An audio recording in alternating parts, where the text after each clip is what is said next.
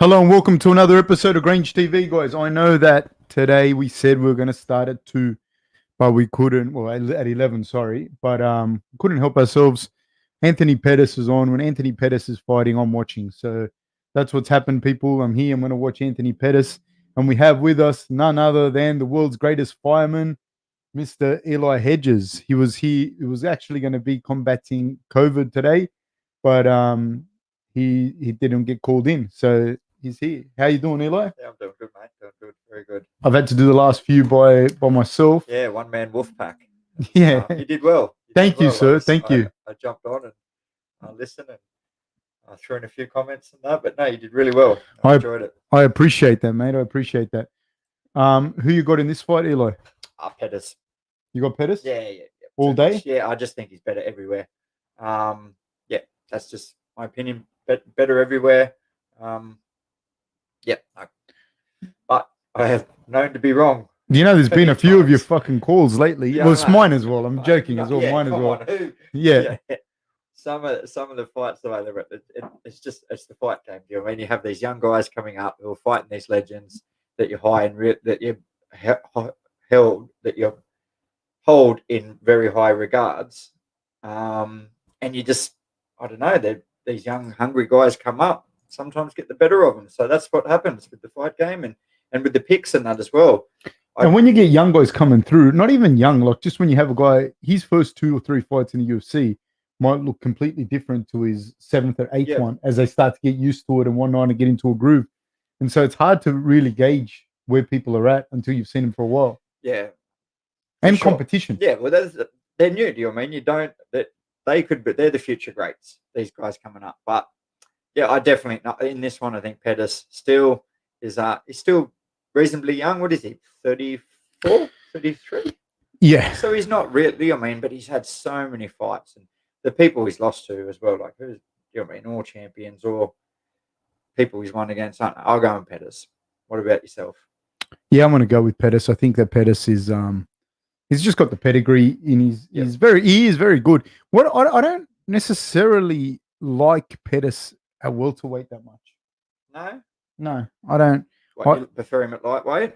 Because when he went down, I think that was too much. Featherweight was a little too light for him, I think. But having seen him in real life as well, he's not that big. Yeah. Like Benson Henderson there that he was just shown on the screen, he's a big boy. Yeah. Like he's got big fucking legs. Like when I saw him in real life, he's a big dude. Pettis is actually kind of like similar build to me, but a little shorter. Yeah. So he's not that big. He wouldn't be a big welterweight. You know, but maybe he's got the speed advantage as well at welterweight. Yeah. So it says here, how are you, Oliver? What's going on? Oliver Ekman, thank you for joining us. Yeah, he's here, mate. The hostage negotiator himself, Mr. Eli Hedges. He's here. And Bo Himmler, thank you very much, man. How are you? Hegemonium says, hey guys, can you speak on preparing someone's BJJ for MMA versus BJJ for a grappling competition? Eli, do you want to talk on that before? I don't know. It's more. Do you know what I mean? It's a whole different game when you're getting punched in the face. So for, I don't know, there's guys out there for BJJ competitions who will prefer to pull guard because they have confidence in their sweeps and that. But you can't do that in an MMA game. So totally different. I think it's a little bit more about the controlling positions and that in the fight game in good positions where you can strike.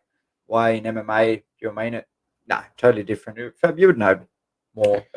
I think anything you compete in, any sport that you compete in, the rules dictate the training.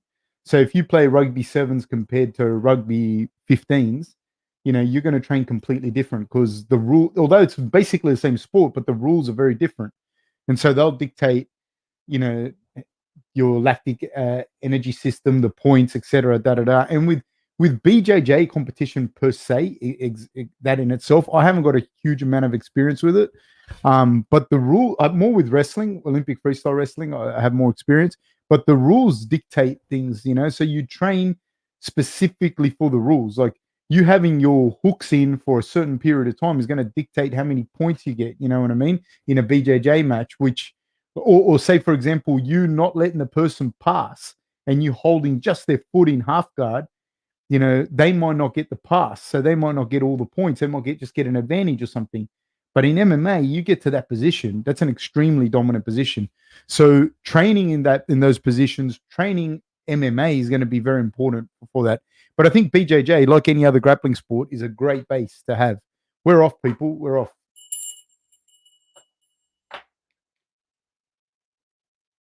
You went a little bit early there. I went early. Fucking hell. Oh, No. Did I go early or not? You're early. I'm 5 seconds early. Yeah. All right, we're off. Oh, and Pettis straight away has went for I missed it. I looked away. He's slipped. And Morono's taken his back and he's looking for wrist control. He's got one hook in. He's got the hook away from the cage in, which is the easier hook traditionally to get. If you can get the other hook in or at least get the hip lock, then you'll be able to start controlling Pettis. But Pettis' jiu-jitsu is very good. So he's got good jiu-jitsu. Yeah. What a terrible mistake to make. Right off the start. Now he's got both hooks in and he's taking his back. He's elbowing Pettis. He's trying to flatten Pettis out. Pettis is doing a good job of defending here. He's not bellying out. Yeah, but we're at 4 minutes 20 left in the round. Like, this is a bad spot to be in. And he's got both double. It looks like he may have double wrist control. And he's got one wrist control, does Morono, and he's trying to flatten Pettis out. He's got both hooks in. So Pettis is in some trouble early on in the fight as well. This is going to wear you down. Morono seems to have a very good position here. Very, very good position. He's a little high, but now he's getting the right position.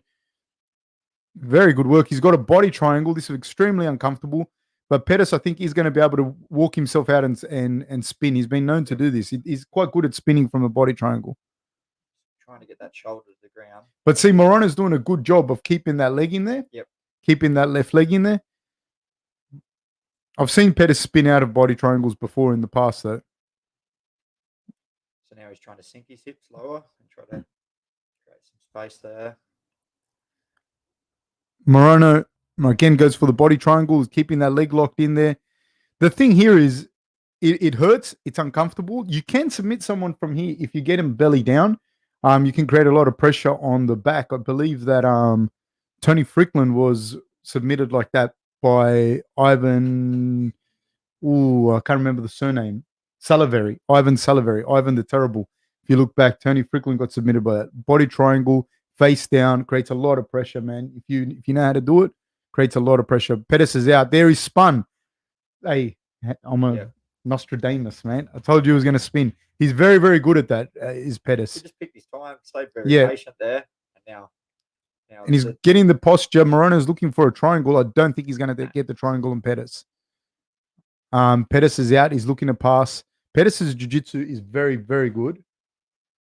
Your volume needs to be turned up a little bit, Eli. Mine? Okay. One second. Oh, 1 second. Can we have some technical assistance here, please? I have put the thingo on blank.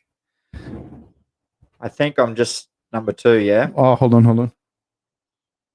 And yeah, come in. So now they're both standing in the center of the octagon. Pettis is moving around. They're both standing orthodox to orthodox.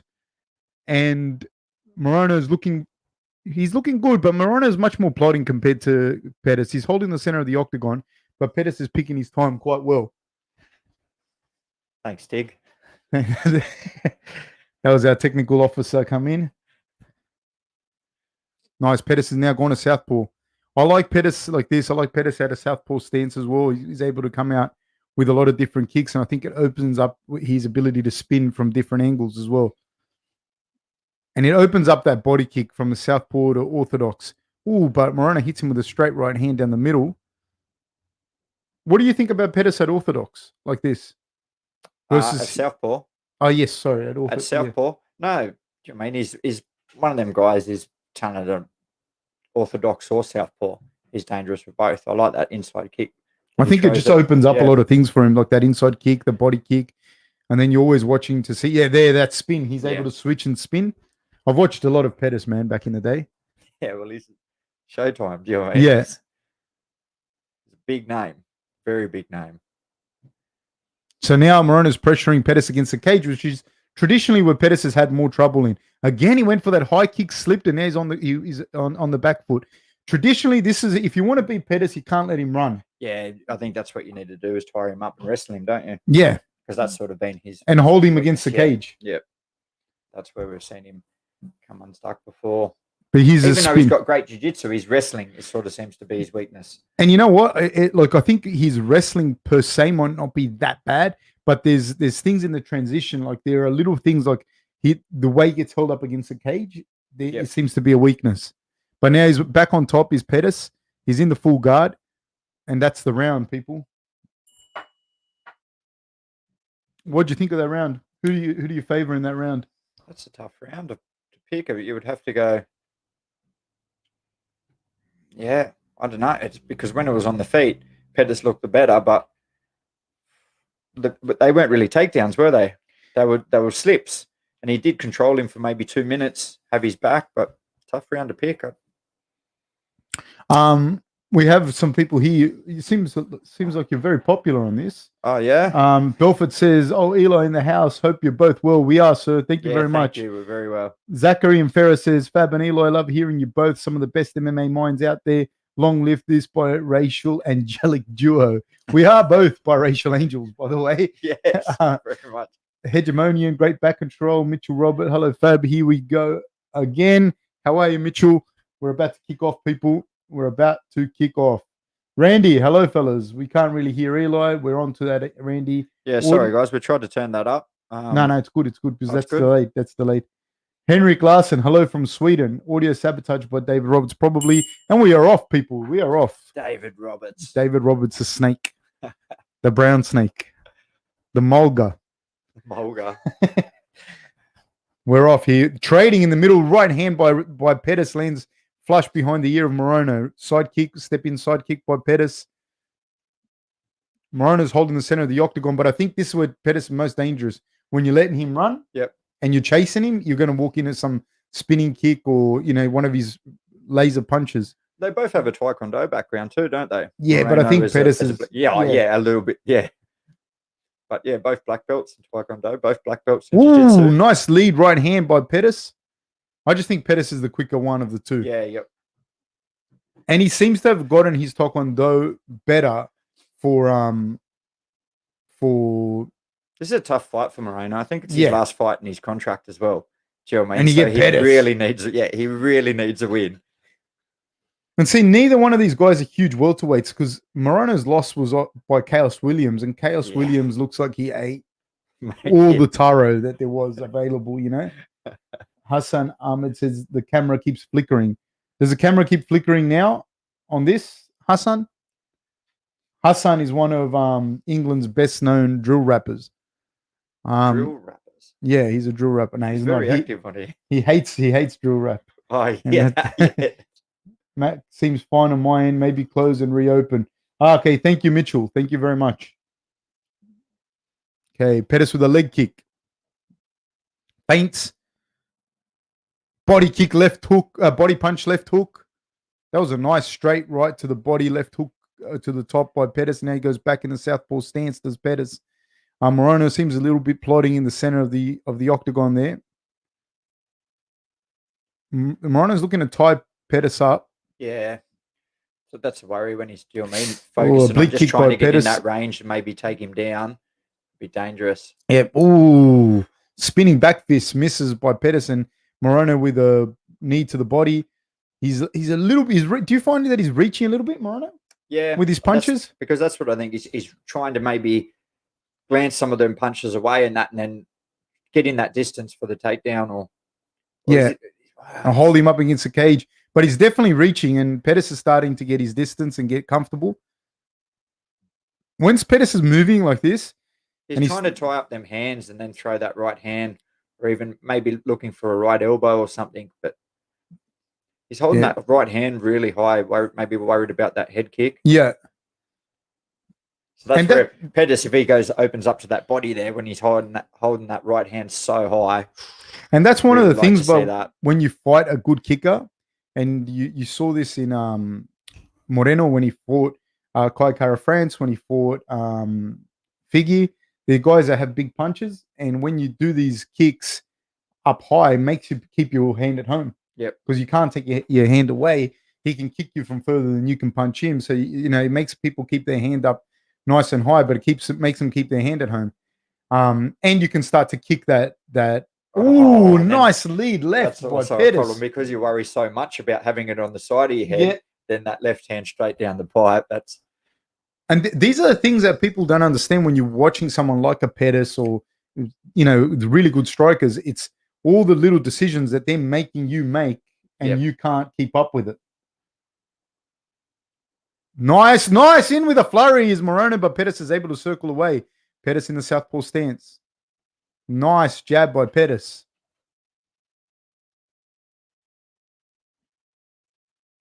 Southpaw to orthodox. Morono with a leg kick. Pettis with a jumping leg kick. I haven't seen one of those since the late 80s. Pettis with another nice stiff jab down the middle. And he's doing a great job of making Morono keep that hand up. Yeah. Yep. And then he's able to jab down the middle and, nice check hook by Pettis with the right hand from the southpaw stance. Jab of his own by Morono. Nice takedown by Pettis with a knee tap from the overhand left. I would have really liked to see him capitalize on that and sort of try to control that position on top for the last 20 seconds of this round. Morono did a good job of up kicking and spinning out of that, though. But that was a beautiful left kick to the body, right hand. They traded right hands, but Pettis seemed to get the better of that exchange. Jab to the body by Pettis. Both trade spinning attacks. 2 seconds to go, and that's the bell, people. What do you think, Eli? Nah, definitely got to give that round to Pettis. I think he's just a little bit quicker, a little bit more sharper. And it's just where I thought in every aspect he's just that little bit better. So I give that round to Pettis. The first round, I was honestly just watching as a fan. I wasn't really trying to think so much of scoring it. But if I scored that round there, I'd definitely give that to Pettis. In answer to elaborate, to go back on what you guys were asking before, I think it's very important for you to train specifically whatever you're going to do, because there's a difference. Also, you can be a really good grappler, but if you grapple in any specific rule set and you're not aware of it, or you don't train that rule set exactly properly, you'll get beaten on very small technicalities like jiu-jitsu, Olympic wrestling, judo. They're games. They're really games. They're really very minute things you can win on very small technicalities, on points, etc. And if you're late with certain things, you can be off by a very small margin and you'll lose. So you got to train both of those things specifically. If I had to choose, I would train for MMA and then compete as a supplement. If it depends what you want to do, though. Because MMA will still give you the top control and a few other things. Head kick by Pettis. And he's eating that. He took that head kick. He had that right hand still up nice and high, but it just sort of sneaked around the front a little bit. And over the top. Yeah. Yeah. That was a very good head kick by Pettis. And a right check hook by Pettis again.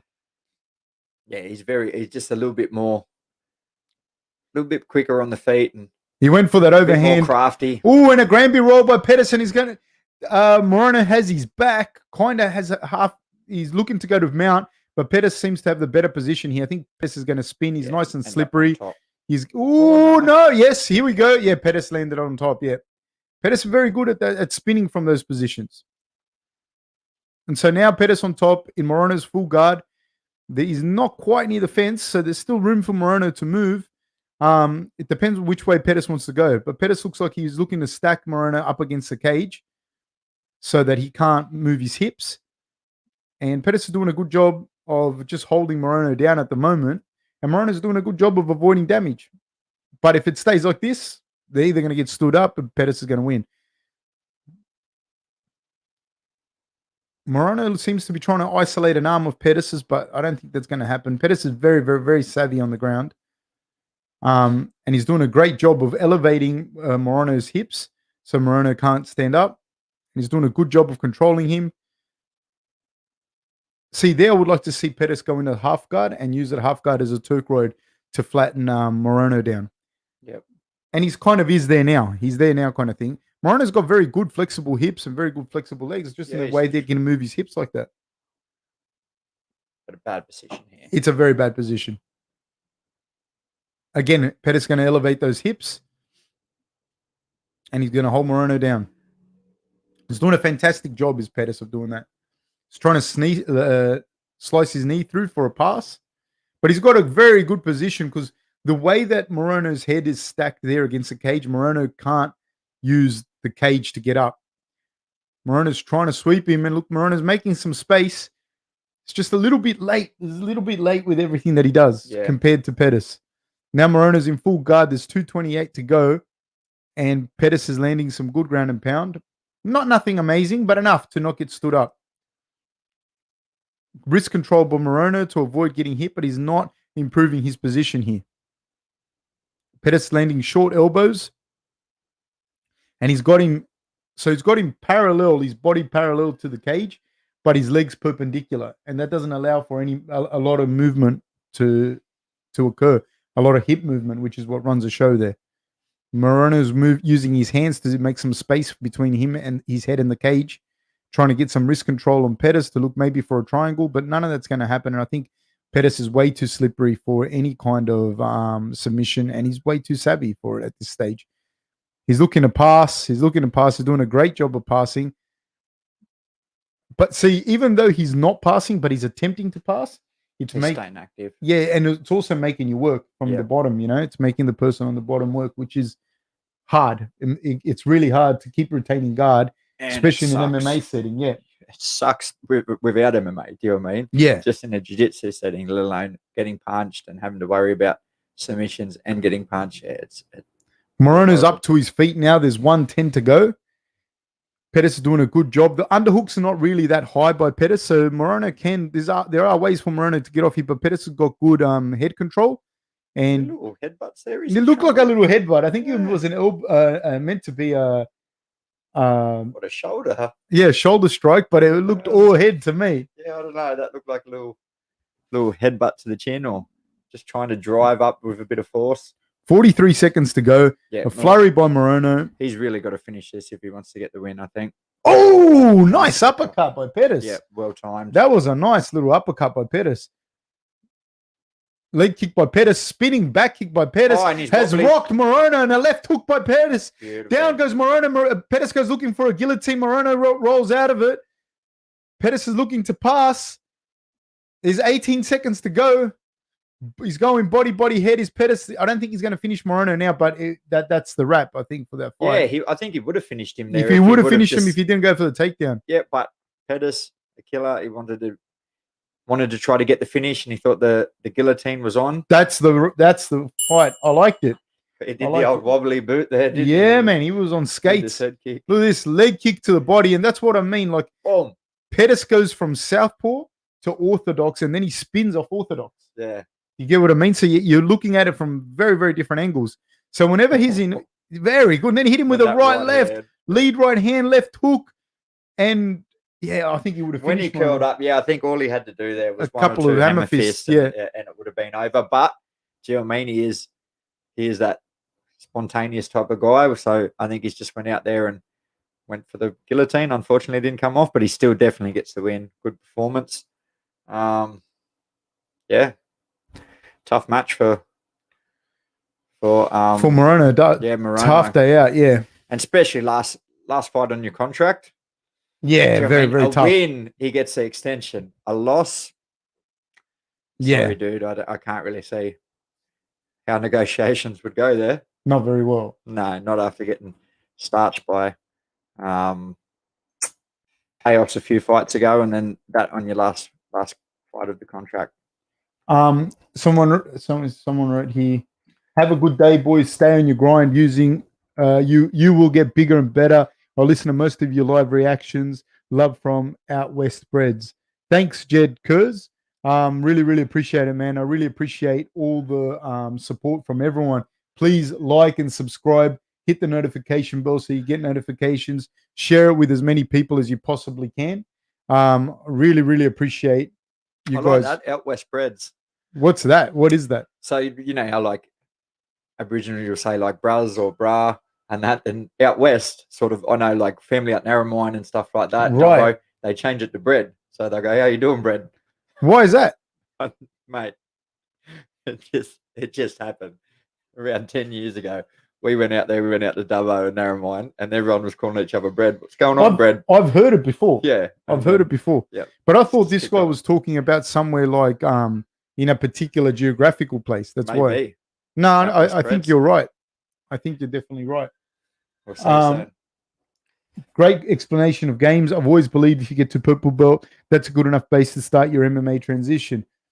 It depends. I'd also say to you, like, I think of it as in terms of grappling. If you're a purple belt that's been wrestling, or, you know, if you've been wrestling and you're a purple belt, then I'd say to you, yeah, no worries. A lot of the good jiu-jitsu guys, even though they're not wrestling, they wrestle. You know what I mean? And so that's good as well, because if you've just been doing BJJ per se, there are a lot of holes there that I'd say to you, you need to get your jiu-jitsu up. You need to get your wrestling up to really round out your grappling if you want to be a fighter, an MMA fighter. Like a lot of the times people are watching guys like Damian Maia and all of that, and I think like that's not your garden variety jiu-jitsu guy, dude. That's like watching Chris Weidman and saying that's what a wrestler's like. That dude's like a black belt level jiu-jitsu guy with great wrestling. And Damian Maia, the reverse is also true. Same as a guy like Jacare. Jacare can take anyone down, you know. So these guys are very versed as grapplers all round. What do you think, Eli? Yeah, no, I would agree. They're also like someone like Jacare, I guess, with his jiu-jitsu game was very much about the takedown, getting on top and sort of passing that guard. So he was very much a top player. He's also a black belt in judo. Yeah, well, you know what I mean? Like, and yeah, these guys are spending a lot of time grappling. They're not just jiu-jitsu guys; they're grapplers overall. You know, so it's yeah. Hassan Ahmed says, great commentary from Australia's quickest rising driller. Thanks, Hassan. Coincidentally, Pettis was getting UFC subs at purple belt, I believe. Yeah, 100%. No, there's guys that. But look, man. Yeah, again, there's purple belts who train every single day. Do you know what I mean? They will grapple twice a day, or they actively grapple every single day. And there's other purple belts who go 3 times a week. Yeah, you know what I mean, and warm up. It's not the same. A couple of rolls, yeah. It's a whole different. I think Israel Adesanya recently got his purple belt. If you think that, like, yeah, your standard purple belt, just down, you know what I mean, going in 3 days a week. Like, there might be some guys that are competition purple belts that will tap him, but like just a normal guy that does jiu-jitsu twice a week or something, and he's a purple belt now, there's not a thing. And it also, there's like for combat grappling, like understanding what to do in the cage and grappling in combat. Israel's not a purple belt, man. Israel's a black belt. He knows where to be and what to do in what position, etc., etc., etc. And that's very different to just being like a purple belt that goes in there and you're not knowing what to do. Israel's not a purple belt jiu-jitsu fighter in, you know, for MMA. What do you think? Yeah, no, I would agree. Because do you know what I mean? And the purple belt as well, that's like time spent just purely on jiu-jitsu. Then when you're doing all your other grappling, like that doesn't accumulate to the time that you're doing absolutely as jiu-jitsu, or some, do you know what I mean? It will be even a little bit more, and that's the time you do in a gi. So being an MMA fighter, how much they're training in a gi is not, do you know what I mean, is not really relevant to how much they're training grappling. So and going back to the other question is like there's a lot of things like if someone like Israel was gonna, like, jiu-jitsu is different. Like if you pull away from someone's guard, you have to engage back in that person's guard because it's jiu-jitsu on the ground. But someone like Israel or someone, if they just turned around, or Rob or any of those guys, and said, no, well, today you're not going to take me down because I don't want to be fucking taken down, they'll just push you away and walk off.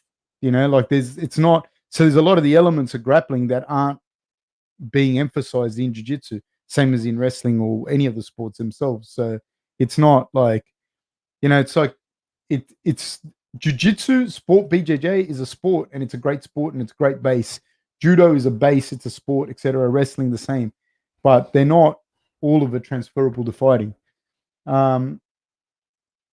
Valeria, oh no, hold on, we'll go to Valeria in a second. Chase Dover, I saw Jake Paul is fighting Bisping. I can't wait for the Paul brothers. Is he? No, is he? I don't know. No. You know the thing is with Bisping? In what? In boxing? Yeah, I fucking hope so. For Bisping can fucking box. Yeah, but I will say this: Bisping has had 2 knee replacements. Yeah, you know, and I don't like to see these guys that like you know, like once you're in your 40s, like I'm 40 now and I haven't really trained for a bunch of years, and I've just recently started training the last 3 or 4 months, 3 or 4 weeks, and I'm getting my fitness back because generally I'm a pretty fit person, but like you lose your fitness real quick. And someone like Bisping had two knee replacements. I don't want to see him fight, dude. That's me. But I still think he beats the shit out of that Yeah, guy. I think he does as well. Bisping's like that type of guy that would very much motivate him too. He would love to fucking bash it, someone from the, you know what I mean? Like, he would love that. And he's such a hard man too. Oh, He is a hard fucking- man. And He's a legit tough guy. Yeah, he would talk so much shit. But yeah, the same. Like, he would talk that shit. If he says he's going to punch you back, he would. Do you know what I mean? Like, Dude, he's a legit hard man. He's a hard man. Yeah, dude. he's not going to say like, oh, you know, he would take it very serious. Valeria, thank you so much. And thank you for buying the t-shirt. Thank you for adding. So same thing, guys. If you buy these t-shirts that Eli is wearing today, I wore it the other day. We have more than one between us. Yeah. But if you buy a shirt, could you please tag me on Instagram? And Valeria, thank you so much for the support. Thank you for everything. Really, Tag us all. Tag GrangeTV. Tag Fab. Tag myself. Yeah, I'd like to share it and that as well. Yeah, so please do so. Valeria, great commentary as always. You both help a casual like me understand what I'm seeing in the fight. Valeria, or anyone for that matter, if you have any questions, if hopefully we can answer it. We're not always going to be right, you know, but we'll try and give our perspective from our experience. Thank you so much, for the support, like buying the merchandise, sharing this, tagging us, our friends, whatever. It makes a big difference. It helps us to run the podcast, you know. It's there's a lot of costs involved with running it, and we try and do as good a production as we possibly can. And we really, really, really appreciate any and all support. So please like, subscribe, hit the notification bell. Thank you so much, guys.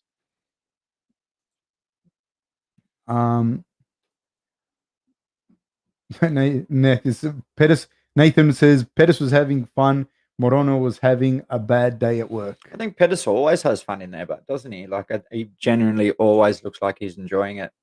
Even with some of his losses, he's got a big smile on his face and just, I don't know, enjoys putting on a show. Yeah, that's Pettis in a nutshell, I think. He's a good fighter, man. Yeah, he's a very, very good fighter. He was a former lightweight champion, do you know what I mean? When he came on the scene, he was just coming through him. Maybe that's been his weakness sometimes, that he does put on that show a little bit too much and doesn't do them tiny little things that you need to do to win. Absolutely. Do you know what I mean? You can get caught up in the show. Blazing Ray. Well, actually, that goes back to the thing we were talking about. Like in MMA, there's another game part of it. And if you don't, and I'm not saying Pettis doesn't, but I'm saying if you don't do these small things correctly, like the cage, for example, get held up against the cage, you might be, if we would divide fighting into fifths, you know, striking, wrestling, jiu-jitsu, cage work, and say cardio for the fifth one, right? You could be better at three of them. Like you could be better striker, you could be better wrestler, you could be better at jiu-jitsu. But if someone has got really, really good cardio and they hold you up against the cage and they get you in a couple of positions that you're not very good at, they can win the fight and they can drain your cardio. So it's about you understanding like all the little nuances of whatever art you're practicing and making sure that you're the one that's capitalizing on it. You know what I noticed? You're away sometimes from here, but you seem to always be here when Greg Hardy fights. Oh, I was only thinking that when I was driving here. He's only here when Greg Hardy fights. Fab's going to ask me about that fight, and I'm going to go, I just fucking... He hates Greg Hardy. Yeah, man. I can't like the guy. And then I've watched some interviews and some people are now fans of him saying he's being a better person and, do you know what I mean, he's changed and stuff like that. I just can't like him. I don't know. Sorry. But, you know, there's people out there who don't like me. That's fine. But you're only ever here for his fights. I know. I thought that. I thought, how again do I have to sit through another Greg Hardy fight? Mate, no, well, all the best. That'll be an interesting fight. They're big dudes. They're both, 264, 265, I think they weighed in. They're huge. They are huge, man. giant, man. So I'm interested to see if the other fellow can get him down. Yeah, well, that's going to be the challenge, isn't it? But Greg Hardy being so big and so strong, athletic, will he be able to get him down? Because that will be the game plan. Yeah, we'll just have to wait and see. But Blasian Ray says the best part of practicing jiu-jitsu and wrestling are the experience you gained in managing scrambles. You develop a better understanding of leveraging your body and what techniques you can use. Yeah, exactly right. And I think it's like doing jiu-jitsu but not doing leg locks, for instance. Like you're there's half of it you're not doing, but it's the same. If you do wrestling, I'm talking as a grappler. If you say I'm a wrestler because I just like doing wrestling, but if you're talking about combat and grappling, and that's a mindset that you're going into grappling with, if you're going into grappling, if you're going into BJJ, not as a grappler, you're going to BJJ because you just want to do sport jiu-jitsu in a gi, that's different. If you're going into wrestling because you just want to do wrestling, folk style or Olympic freestyle or whatever, just for the sport, that's fine as well. But if you have going in there with a combat mindset and you only do jiu-jitsu and no wrestling, you're only doing half of grappling. If you're going into wrestling with a combat mentality and you're not doing any jiu-jitsu, you're only doing half of grappling. That's my opinion. It's not. No one said that. It's just me. It's just my opinion. Thoughts on that, Eloy? Sorry, I got a little bit lost there. I was watching the Greg Hardy highlights. This is what I deal with every fucking day. This guy, he's a fucking narcissist. No. Well, I think with the scramble, when I think about the scramble, I always think like it shows the character of someone's grappling in that as well. Because when you get into a scramble, sometimes it's like, all right, who's gonna settle for position first? Yeah. Do you know what I mean? So if you have there's some people that just have that like a test of character, they're not going to stop. Doesn't matter how tired they are until they get the better position. While there'll be the other person who'll fold and go, all right, well, do you know what I mean? I'm getting tired of this. This scramble's getting very tiring. I'm just gonna, you know what I mean? I'm gonna give up the position and just work on something else.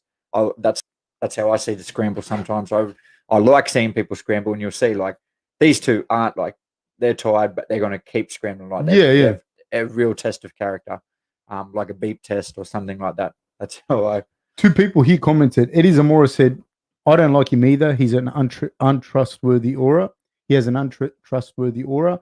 And I'm assuming he's talking about Hardy or David Ross. Eli Hedges, secret Greg Hardy fan confirmed. Both of you are correct. I'm interested to see this. I'm like I can't doubt that he's an athlete, and do you know what I mean? What he's done in NFL and played professional NFL and then made the crossover, stuff like that. I just think he's done other things in his life that he's a dickhead. So, sure. Hassan Ahmed says, all this grappling talk is confusing someone like me. I practice Muay Thai. Haha. I'll tell you something, man. It's like if you're going to do MMA and you only do say you only do kickboxing or you only do thing and you're not doing boxing itself, I think you're also negating your hands. If you just do boxing and you don't do any kicking, you're going to get the shit kicked out of your legs. Boxing has different angles and that Muay Thai doesn't have. It's a different thing. And the speed at which boxers punch and the volume of their punches is different to Muay Thai guys. Yeah, well, I heard an interesting one. Who was it? Shannon Briggs, when he fought K1, didn't he? One time. Who? Shannon Briggs. Yes. The boxer. Yes. And I remember what he said was, all I need to do is take a few kicks and they're going to hurt. But as soon as I get in that boxing range, I know that I'll be able to wipe out any kickboxer. Yeah, with the hands, 100%. And he did, didn't he? It was like a... Yeah, but in fairness, he didn't fight like the best of the best of the best over and over and over. Yeah. You know what I mean? Because both are fought in... Francois both are fought in... Oh, did he? Yeah, and he got leg kicked to Bolivian. Yeah, well, that would be... Yeah. You just want to stick on the outside. Yeah. And those guys that kick, man, like you got to understand, like the good kickers kick so hard they break bones, man. They kick real hard. Hey, someone here wrote... Sports Reactions wrote thoughts on Zerafa versus Mundine. Oh man, it's a fucking. They're trying to make money off it. I think it's Mundine, man. Love you to death. Come on, dude. Stop trying. He's got money. He's got. I don't want to see it. No. I don't want to see it either, man. Zerafa is an up and coming fighter. Why did Zerafa even take it? Fuck off. I'm just not a fan of it. We've got so many good boxers in Australia, up and coming boxers and that. Zerafa being one of them, do you know what I mean? That I think can still get some high profile fights.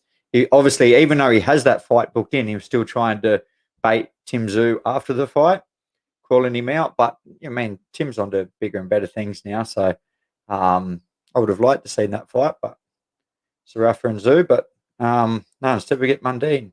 Man, it's just not. Anyone who's watched Mundine in his well, he's going down in weights as he's getting older, which is very like he went down in weight. Yeah, I know. Which is very rare. Anyway, no, I'm not. Again, I'll watch it. Oh no, of course I'm going to do a fight companion. Yeah, but I don't want to see Mundine fight anymore, especially not an up and coming monster like that, like Zerafa, he fought fucking Kelly. Yeah, well, he did Zerafa. He knocked out Geoff Horn. And then was beating Geoff Horn in the second fight, and Geoff Horn came back and knocked him out. Like, that's his loss. So, yeah. You're asking no need something about in as far as side control and Nawaz is concerned. Again, like I'm not an expert grappler by any stretch of the imagination. There's a lot better people than me. But you got to understand again, judo. They allow they're going for a pin. So those judo guys are very, very good. As soon as you get to a higher level, they're very good at pinning you because they're not playing jiu-jitsu. They're playing different things. But one of the only things that I can tell you, you're saying you're framing and that, one of the big things that I would say to you is as soon as your back hits the ground, as soon as you're even close to hitting the ground, man, you got to be bucking and bridging and trying to get off your back and roll yourself into a ball and not let people get in that zone between like my shoulders to my hips. So my elbows have to go to my knees all the time. And then I have to try and get like an underhook or go to my knees or whatever. I cannot let myself get to my back with good judo guys because they're not. Round one here, Fab. What's that? Round one, we're just about to start. We're about to start, people, because those guys are not playing jiu-jitsu. That's what you got to understand. Those guys are doing judo and they're doing Nawaza. They're trying to pin you. Okay, we're off, guys. Tybura is holding the center of the octagon. He is in the southpaw stance to Hardy's orthodox. Yeah, so Tybura really needs to push forward and try to get him up against the cage, doesn't he? Get him down. But big exchanges happen, yeah. Hardy's pushed him up against the cage. Hardy is huge, man. Nice jab by Hardy. Hardy just ate a Tybura head kick like it was nothing. Tybura threw a nice little head kick there at heavyweight, and Hardy treated it like it was a little jab. Calf kick by Hardy, exchange by Tybura. I'm sorry if I'm saying the names incorrectly of, Tybura's really. Yeah. I love that lead kick from Tybura. Now, that lead kick when you have southpaw to orthodox, that front snap kick is very good. Now Tybura's back into orthodox stance. Now he's gone back to southpaw. I like that lead kick to the body. Man, Hardy has improved. Like his movement, absolutely. Even the way he throws his punches is improved out of sight from the first fights that we've seen.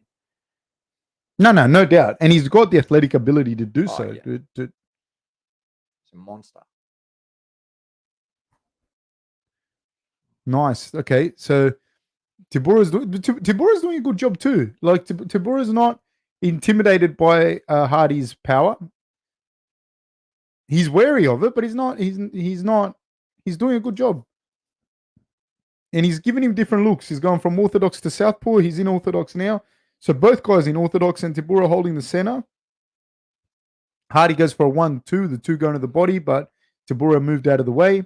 That jab that he just got him with, but you know what I mean? He's improved that. Yeah, absolutely. Hardy's jab looks really nice in this fight. Ooh, and that counter right. There's a couple of times that he's thrown that and Tybura's just gotten out of the way. But he hasn't loaded up on it either. He's just thrown it out nice and straight. Well, I think before he was really trying to force every punch, a lot of power behind it. But I think he's starting to learn, do you mean, with some speed and accuracy. Also comes that power. So, ooh, inside leg kick by Hardy and then a flurry by Tybura. No, he's not loading up on his punches anymore, is Hardy, which is good. And especially as you go up in competition, you can't do that. Oh, of course, yeah. And you see a lot of guys fall in love with their power and then it doesn't work that way against upper echelon guys. Tybura's still holding the center. He's in the southpaw stance. Hardy wings with a big left hook. Left hand by Tybura. Front snap kick by Tybura. Both guys in the center. Ooh, that was a nice like shot to that. the liver by Hardy. And then he's got him with that hook too as he was coming in. Ooh, but he ate a check hook of his by Tybura. Right hand by Hardy. So he controlled the wrist and then he threw the right hand. Then he's looking for that rip to the body again. But I also like that because now you can see Tybura, his arm's coming down. That right arm's coming down a little bit because he's been throwing that left hook as well, Hardy. And it's a nice clean left hook. So, but that left hook to the body, that left body rip, that hurt him. Tybura's hurt. Like not going to die, but he definitely feeling it. You can see his elbow's starting to be more pressed towards those ribs.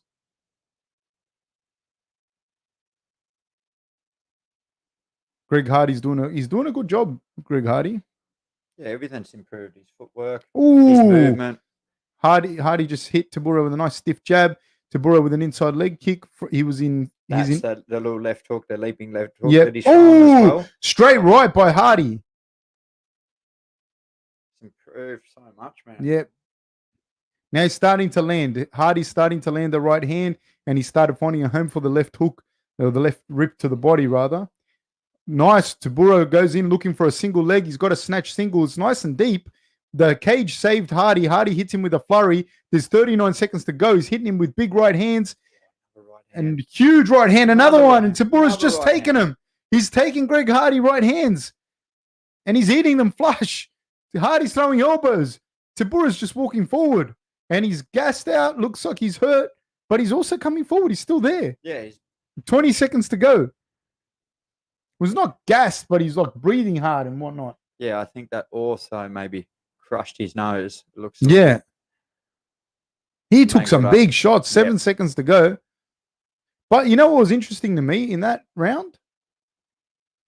You know what interested me was how close he came to getting that takedown. Yeah. You know, if he had a little bit more space, he might have got that takedown.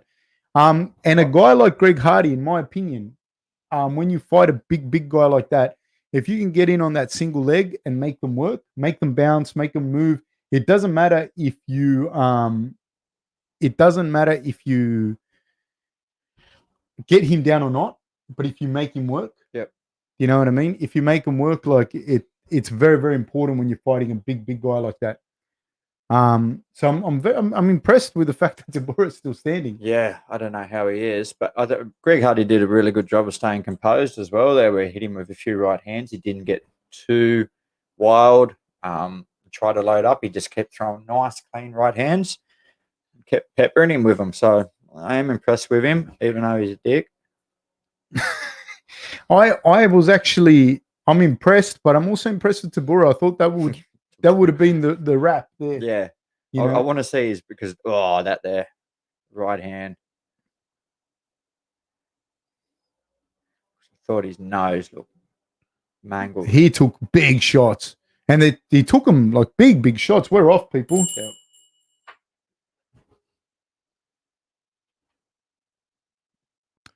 Okay, again, Tybura in the center. So, in my opinion, Hardy definitely won that round. But Tybura's in it. Tybura's definitely in it. I think if you can make him work a little bit more, like if you can make him maybe do a few shots, etc., it could look different. I'm not a fan of when they wear shorts and then they tuck them up and it looks like a nappy. And you know who does that? The heavyweights. Yeah, always the heavyweights. Yeah. So. Yeah, and I want to say, you can just ask them to fix the shorts for you. Like, you can get short. Yeah, that's what. No, but you go and you get your fighter kit, and you can say, "Oh, I want this or I want that. I want them shorter. I want them cut here. I want them this. I want them tucked in, so it looks like a giant nappy." I don't like it. I'm not a fan of the nappy look. And he went for so Tybura with a lead kick to the body there. Now Tybura's in orthodox. They're both in orthodox stance. Now Tybura's gone back to southpaw. They're kind of just outside of each other's range. Ooh, Hardy hit him with a nice check hook then. Tybura's really got to change something. He's really got to try to push for this takedown. I feel on the feed, he's just getting outdone. And his face is getting bloodied up. Yeah. More and more. Nice. There. He just has to do it whether he gets a takedown or not. He ate a right hand for his trouble in that occasion. He has to shoot and then come up punching. so that he makes Hardy work. Yeah. If he's standing like this, Hardy's going to do this all night, and he's not going to knock Hardy out like that. But he has to keep working the takedowns. He's got to do it soon. It's a 3-round fight. Absolutely. He definitely lost that first round. Second round, a little bit closer, but I still think he's a little bit behind. So I think he's behind still. So he's really got to try to push him up against that cage. And Hardy's such a big man. So Hardy's standing just outside the range, and they're both in orthodox stance now. And Hardy's feinting, and look, Hardy's doing a fantastic job. He's feinting, he's moving, hit him with a counter right then. Ooh, but Tybura hit him with a left hook on the exit then. Yeah, well, Hardy's just starting with that 1-2. He was getting out of range. Now he's just a little bit slower. And Tybura's just countering him, starting to get him with that counter. But I do see Hardy slowing down, though. Yeah. He is starting to slow down. That's why I'd like to see Tybura make him work a little bit more. Make him work with the takedowns a little bit more. Hit him with a lead kick to the body. Yeah, just start making him work. He's got to make Hardy work. He's got to make Hardy move and work. But even in Hardy's last fight against Moraes Green, remember he was tired. It was just Moraes. Yes. Was even more tired. More tired. So I guess that is one of his big things, being such a huge human being. Do you know what I mean? He does get tired, but he's also going to make you tired. Tybura's in deep, but his hips are out, and his hips are pretty out. Okay, he's gone for a single leg now. He's got, what he has to do is make Hardy bounce. Go to a single leg here and make Hardy bounce. Because I don't think you're going to just be able to take him down like this. Oh, he did. Oh. He did. Good. Well done. And now he's got the underhook. He's in the correct position. Is Tybura. Tybura now has to hold on, not just to the body, but he has to keep that half guard. That becomes a Turk ride. And as long as he's got that and he's got the underhook on this side, he's trying to get Hardy's left shoulder to the mat. If he can get Hardy's left shoulder to the mat and keep that wrist control, Hardy's not going to be able to get up. Yeah, we haven't really seen this before, Hardy on his back. Yeah. Even just holding him here for the next, he's working really hard. Get that left shoulder to the ground, Tybura. Tybura knows what he has to do. He's fantastic. He's doing a great job. He's looking to do that. 57 seconds to go. It's a long time on the ground for these big guys as well. Yeah. Very nice work by Tybura. Very good. Landing some good elbows on Hardy. Hardy's just shelled up. He's just shelled up. Tybura's landing shots. They're landing all the best shots to the back of the head is Tybura. Yeah. 39 seconds to go. But Hardy's just shelled up. He's not even He's not defending himself. He's not defending himself. That's the ref's going to call it. He's going to call it. That's it. That's the fight. Wow. Tybura. Nice work, Tybura. So, there's no one more heartbroken here than Eli. Sparks me up. Tybura, I'm a fan. Wow. That's what he had to do, and that's what everyone's always questioned about Hardy. Do you mean what's going to happen? But being such a huge human being, do you mean people haven't been able to get him down? But there you go. You get him on his back. That's the kryptonite. That was actually crazy, eh? But obviously he didn't give up, but he just found. Do you know what I mean? When he got in that position, he just had to cover up. He didn't know what to do off his back there. And it's, what's crazy as well, because, and again, this is another thing when people talking about like jiu-jitsu and blah, blah, blah, like there wouldn't be a lot of people, or maybe there is and whatever, but you'd find it hard in any gym to find guys that can really put it on Greg Hardy physically. Yeah, yeah. Even good jiu-jitsu guys or good wrestlers. Yeah, that size. And first of all, it's hard to come by those guys that size that are that good. And then at training, like unless he keeps getting just trained in that position, right? Like it's hard because you can grapple a good jiu-jitsu guy and not end up in that position. Yep. You know what I mean? Or not end up in that position all the time. And copping the strikes. Copping strikes as well. So. What a fantastic job. What a fantastic. I was really, really impressed. And by his chin, eh? Yeah, he took some heavy shots in that first round. So props to him. He did a really good job. Tybura. What do you think with Greg Hardy? Because I actually thought he looked improved. No, he definitely looked improved. His striking looked very, very good. The thing was his cardio. That was only 2 minutes into the second round, and he definitely started to slow up. So his cardio is an issue. And then when Tybura got him down, he was really trying to hold on to that wrist control, trying to, muscle something. But as soon as he lost that and was in that worse position, there was just, there was not really, he didn't really have many options there other than cover up. What do you think? Someone like Hardy, what happens with them? Like, do you think the UFC will? Because do you feel the UFC was pushing for him? Yeah, I think they were pushing for him, and so because it's that same, like, publicity. Any publicity is good publicity. Like, so, do you mean whether he's the bad guy or the good guy? I seem to watch all his fights. Do you know what I mean? So, well, you only watch his fights. You only watch his fights. So you don't watch anyone else's fights. That's the first time I've seen him lose. He had that. Was it a no contest against Ben Sassouli? What was that, a no contest? I think. Yeah, I've seen all his fights, but I don't know what for him now. No, he'll still have fights on his contract. There's still fights there to be made. He's improving. Do you know what I mean?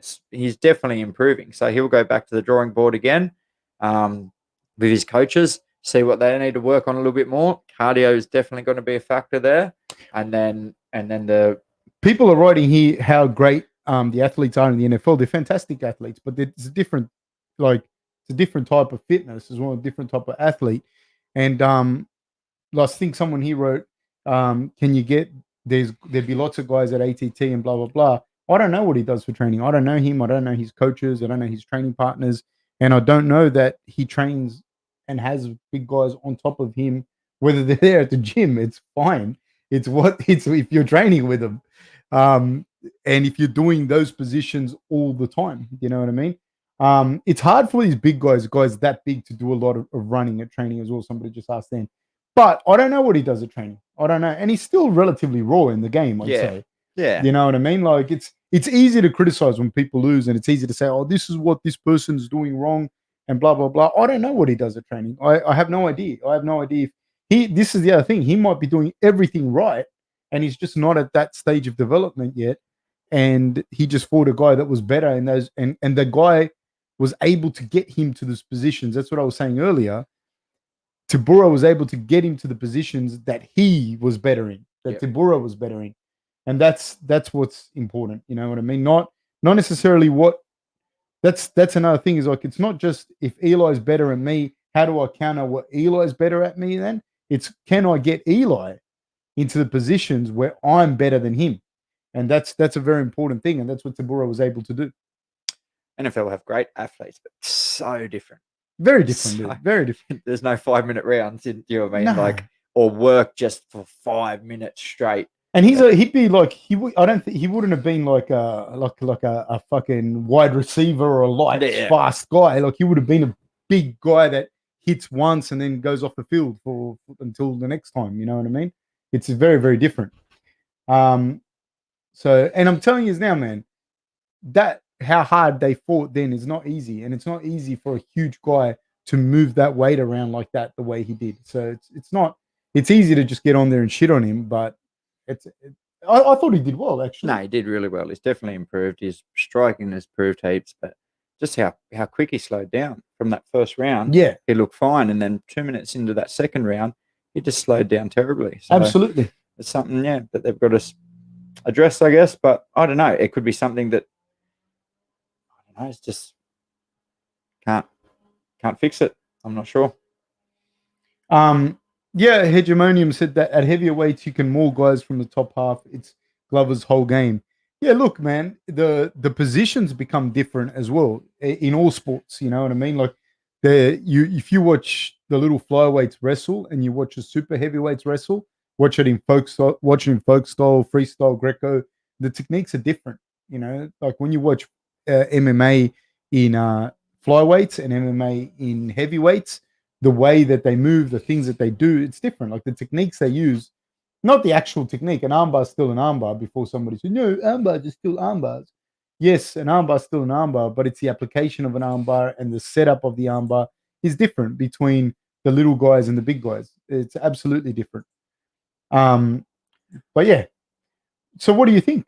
Who does Tybura fight next at heavyweight?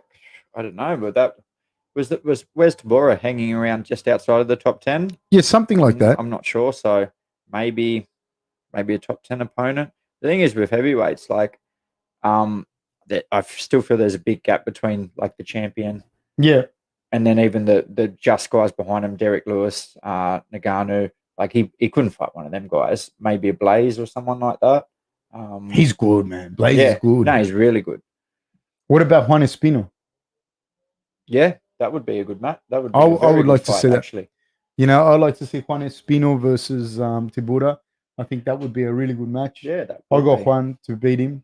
I think Juan gets on top. Again, this is one of those things.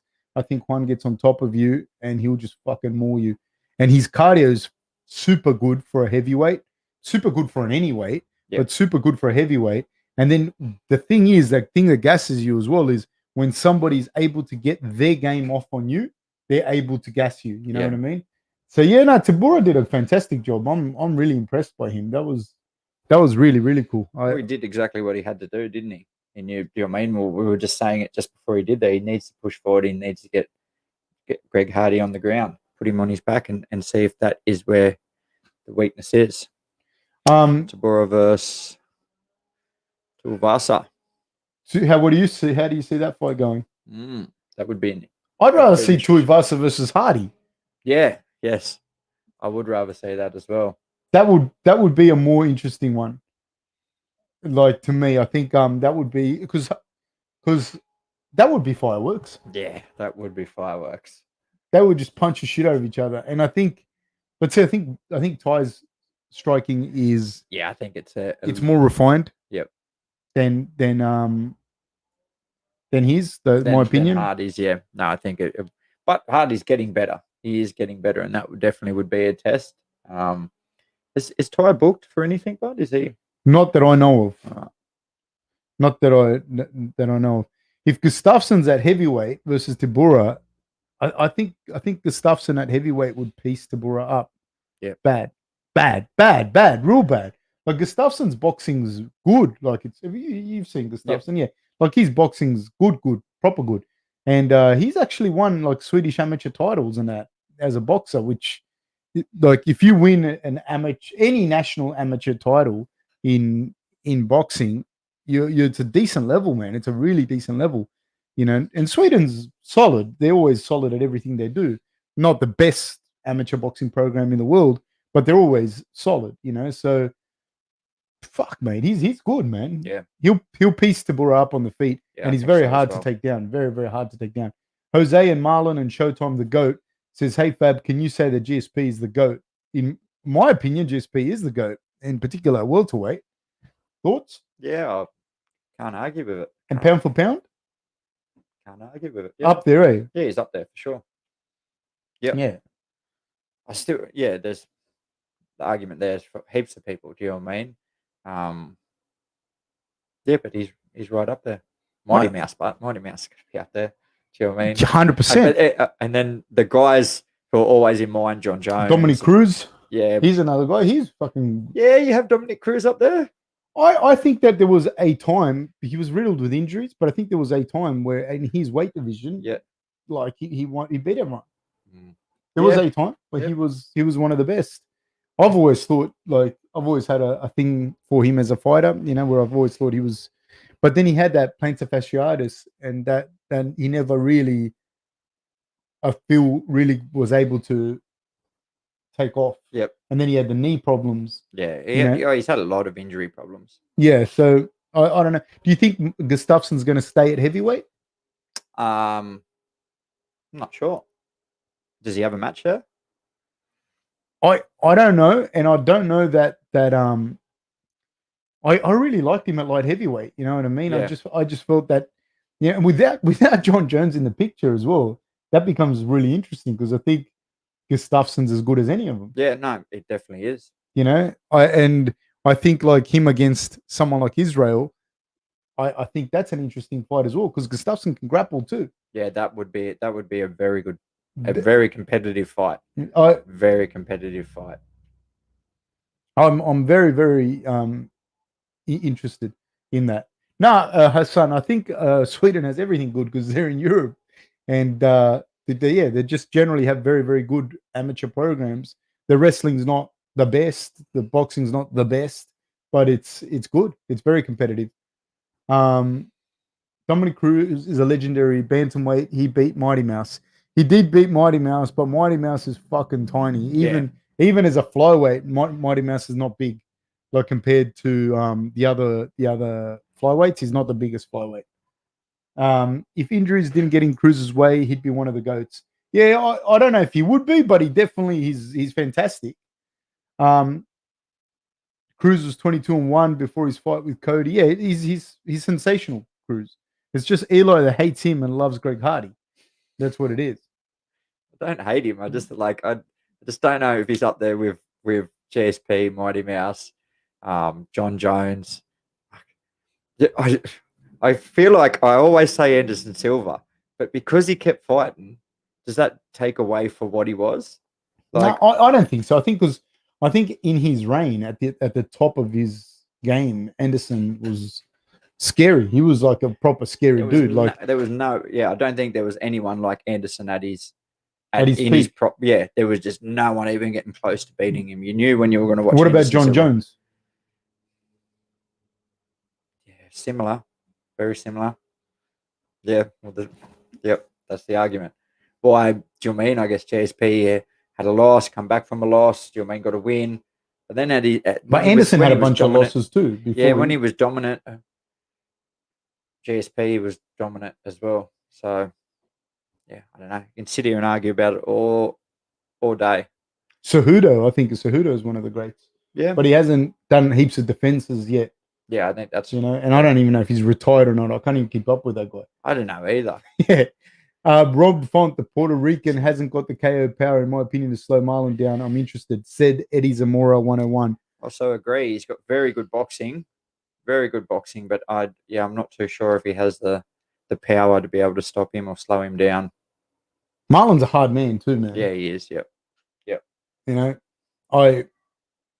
I'm interested in this fight. That's all I can say. I can't say. I like Front, but I just don't think he has that. He's got very good boxing, but I just don't think he's well rounded enough to. You know what I mean? Marlon is very well rounded. I think a little bit more power.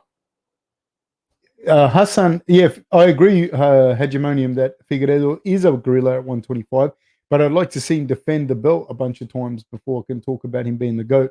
Hassan Ahmed, Anderson was on that special Acai, lads. Yeah, there's a bunch of those dudes that were on the special Acai.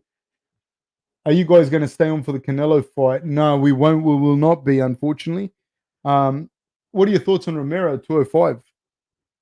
Romero signed with Bellator, isn't he? So Bellator. He's signed with Bellator 205. No, what were the talks of him fighting? I think even Rumble Johnson was one of, weren't they talking about? So that would be a crazy fight. Yeah, I don't know. I think it's a good signing for Bellator. I don't know why the UFC let him go, actually. I still think he's a really big draw card. I don't know if they're dirty on him for some reason, but yeah, it was interesting that he lost a bunch of fights, and I don't think he was going to get a shot at the title anytime soon. Yeah, but do you not think he was still that name? Like any Romero fight, people are going to pay for it. No, I do agree with you. So, for business-wise, I thought it was a strange move. So that's where I go. There might be something in the background there. Good signing for Bellator. It's going to bring some more viewers for them. How do you think he does in the Bellator light heavyweight division? I think he does very well. But there's good fighters. He's old, dude. I know. No, there's good fighters. Does he beat like a guy like Phil Davis that just goes, you know what? I'm going to kick you from the outside, and then I'm going to try and wrestle you, and kick you from the outside, try and wrestle you, and you got to try and keep up with me. Yeah. And Romero's a better wrestler in his heyday. Yeah, in his heyday. Yeah, but Phil Davis is young and he's a fucking specimen. Yeah. And then there's Nemkov. Nemkov he's a champion there, and he's very good. He can strike, he can grapple, he can do it all. And they're young guys. Yeah. Ryan Bader's not so young. You know? And I think Ryan Bader's actually a good matchup for Romero. Yeah, I think that'd be a very good fight and very good matchup to start off with in Bellator. So the Bellator managers and that listening, make it happen, please. I'm interested in it. Yeah. There's Corey. Corey's over at Bellator as well. Corey, So that Corey there's a lot of them. Do you think Badahari can win a few fights in heavyweight without much ground game? Yeah, Badahari, I believe, tried MMA for a while. I don't think that's his thing. No, not without much ground game. I just don't think it's his thing. I think he's athletic enough and he hits super hard, so he would do well. You know what I mean? And he's very versatile and very unpredictable, but he needs a ground game. I believe he has fought in MMA. Do you think out of all of the weights, the heavyweights are the one that you can get away with having the least amount of ground game? Possibly. Yeah. Possibly. But if they get the problem with heavyweight though is the other guy doesn't even have to be that good. If he can just get to a position when he can hold you down a little bit, he's going to pound you. Yeah. So probably not, because it's hard for the heavyweights. This is what's funny as well. It's hard for them to get up. Yeah. Once you put them on their back, it's hard for them to get up. Yep. Comparatively. Does Conor McGregor beat Jake Paul? I think Jake Paul's a fucking lot bigger than McGregor, but I'd still think McGregor would put him in a pine box. Yeah. Fuck, he would murder him. But he's a lot bigger, but I don't see him beating McGregor. McGregor's a fucking legit fighter, legit good fighter. He's not Nate Robinson. No disrespect. I liked him as a basketball player. I'm a big fan of him. Let's see Font's hands, mate. Yeah. We're off, people. But Moraes going to kick, man. Yeah. Ooh, right hand straight off the bat by Font. Nice takedown by Moraes. Moraes is, I give him the grappling advantage, although Font, I believe, is a brown belt and he's a good grappler in his own right. But I think Moraes is a different level grappler. I think so as well. I just think he's a little bit better everywhere. And he went for the takedown right off the bat, and I think that's very, very important. And then you start to tie up the hands of, if he's smart here, and I don't think Moraes, I have no reason to think Moraes is not, but he'll start to tie up Font's hands and make Font work. Font's doing a great job. Very good reversal by Font. Very good. Moraes is not going to get this guillotine, not in this position anyways. Can Moraes use this to get up is going to be very interesting. But I think the more grappling that occurs, it's only going to be better for Moraes because Font has to use his hands, has to use his arms. And that's going to wear him out a little bit. So they're pummeling, and Moraes again going for the double leg. With the big picks him up. Nice work by Moraes. And really making Font work. And this is these things. These are the scrambles in the wrestling match. Yeah, how much does that suck as well? Like you've worked hard, got to a top position, and then he scrambles back out and ends up back on top. And how many times can you do that? Like how many times? Because I don't. How many times can Font get up from the bottom before you feel the other guy go, all right, you can have this position. Yeah. You get what I mean? That test of will sort of. Yeah, when you're grappling with someone and you're going to a position and they're going to a position, there's a little point, a little unspoken thing that happens between you and the other person where it's like, all right, dude, okay, you can have that position. And this is what's happened here. Font has no longer defended that shoulder pressure, and Moraes has now been able to secure the top position. Font still has a hook in and everything and blah, blah, blah, but Moraes has gotten the shoulder pressure. He's won that battle. Font's hand is no longer stopping that at the bicep, and Moraes is able to create the shoulder pressure. Now he's got in good position here. He's gotten Font's head up against the cage. Font is putting his feet, trying to put his feet on the hips of Moraes to push him away, but Moraes is doing a fantastic job. Now he's passing again. He's gone a half guard, and he keeps the head parallel and the body perpendicular, and that takes away the movement of Font's hips against the cage. And he's keeping the half guard and using it as a turquoise to keep him pinned to the floor. Fantastic job by Moraes. Keeping that shoulder pressure, he keeps winning that battle, so he keeps winning the shoulder pressure battle. And now he's passed to side control. Font's in a lot of trouble here because I do believe this is going to start really wearing out the arms of Font. He's trying to push away them hips and at least get back a half guard, but he's turtled out. He's gone up. He's managed to get up, and now Font has gotten up. Great job. High kick by Moraes. Left hand over the top by Moraes. They exchange jabs. This is very important to do with someone with good, fast hands like Font. You want to wear his hands down. Big snapping jab by Moraes. They exchange jabs. Right hand by Font and big left hand over the top by Moraes. Spinning back kick by Moraes. Oh, beautiful jab by Font. He's dropped Moraes. He's knocked him out. He's stopped him. He hasn't. He fucking hasn't. He has. No, he hasn't. There's 1:20 to go. I thought that was a wrap. Elbows, boy. He's gone. He's gone. Stop the fight, man. Oh my God. Referee. Wow. That's the bell, people. He did. Oh, them. Mate, he has good boxing, eh? He's got long arms. That was boxing. Good. So I honestly thought coming into this fight, I know he has really good boxing, but I didn't think he had the power. But just them precision punches on the chin, Moraes looked very comfortable, very confident, and maybe that was his downfall. A little bit too confident. Hands were down, and he just put it on him. Started off with that jab, a real stiff jab that wobbled him. No, it was right behind the ear. Behind the ear. And that messes up the equilibrium. Then he threw the spinning kick. Boom! Jab straight down the middle. Oh. Right uppercut. And you know what's crazy is when you get a good boxer like that, the gaps are so much bigger. Yeah. Like they're able to get those hands in so much easier. Moraes was out, dude. Yeah. I think that ref hates Moraes. He's actually a good ref, I think, that guy, if it's who I think it is. It's hard to say. My God. But you know what? You know what's crazy as well? There we go. Moraes did, I think, everything right. Yeah, he did. He did everything right. I still think he looked a little bit, the hands were real down when he was, do you know what I mean? When they're standing up, he looked very confident, sort of a little bit too confident. And I think he landed a couple of good shots on Font. And that gave him the confidence as well. Again, it's kind of one of those things, when people go to the ground with a good grappler and they get out of a heel hook and then they get out of a choke, but it's only a matter of time until that guy is going to catch you in something. Yep. And the longer you stand with a guy like Font or someone like that, they are going to catch you. You know? Yeah, what I mean? I thought that was a pretty big step up for Font, and man, he's absolutely just murdered it. I thought Moraes was going to beat him too. I thought the fight was going to go the way that it went up until that point. Yeah. I thought Moraes was going to be able to really wear him. My God. Charged him, yeah. Oh.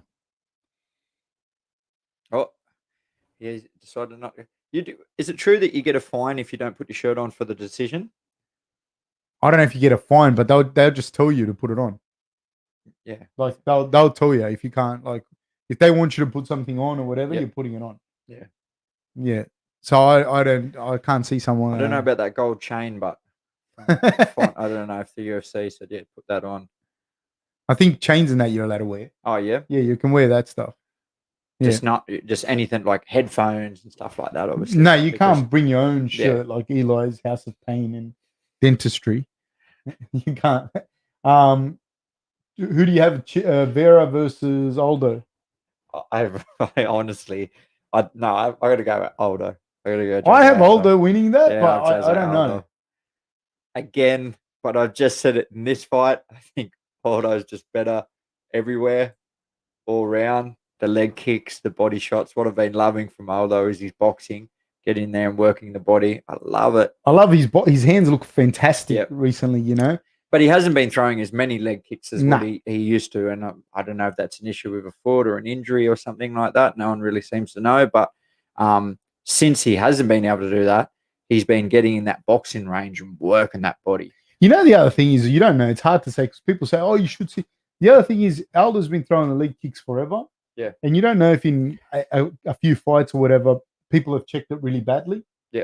You know what I mean? Yeah. Because they're preparing for him. Foot or something. Yeah. Or you just go, fuck, the guys are preparing for me. I've got to show different wrinkles now. Yeah. Where do we rank? Belfort asks, where do we rank Aldo all time? Yeah, up there for me, for myself, is, man, he would be 1 or 2 or 3.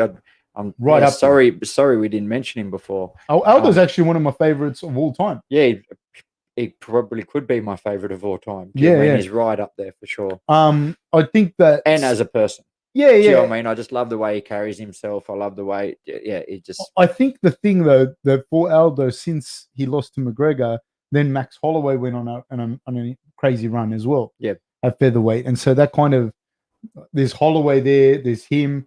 So that's what's interesting, you know, and because he's so young, and you've seen him have a few losses now, that's what's fresh in people's heads. He's got a lot of mileage, man. He's been fighting for a lot of years. Yeah, so he's got the WEC career, he's got UFC. Saying that, is he only 34? I think he might even be younger, dude. Yes, so but the mile. Yeah, the miles on that. And now he's down at bantamweight, which ironically, if I think he would have been a better bantamweight, and he was a fantastic featherweight, one of the best of all time, one of the best to ever do it at featherweight, if not the best. Oh, and in WEC? Yeah, WEC. Yeah, and I think probably the best ever featherweight at this stage of in my head, but I think he would have been a better bantamweight. When you see him in real life, he's a little guy, man. Very muscled little. But he's definitely retired, hasn't he? Yeah, he looks like he's been enjoying the food. He's definitely retired, guys. He's not coming back, I don't think. Do you think Badahari? Yeah, so the guy asked Badahari question. Corey versus Romero. I think Romero dominates at 205. I don't know, man. I really don't know. I think that there's Corey, there's Beta, there's the Vemko, there's Phil Davis. There's some good guys there, Bellator in the light heavyweight division. Don't be fooled by the fact that, like say for example, they don't have the UFC marketing behind them, but there's still a lot of good guys. Nemkov is fucking good, man. There's still a lot of good guys. You know, just because the marketing's not there, it doesn't mean that they're not good. What do you think, Eli?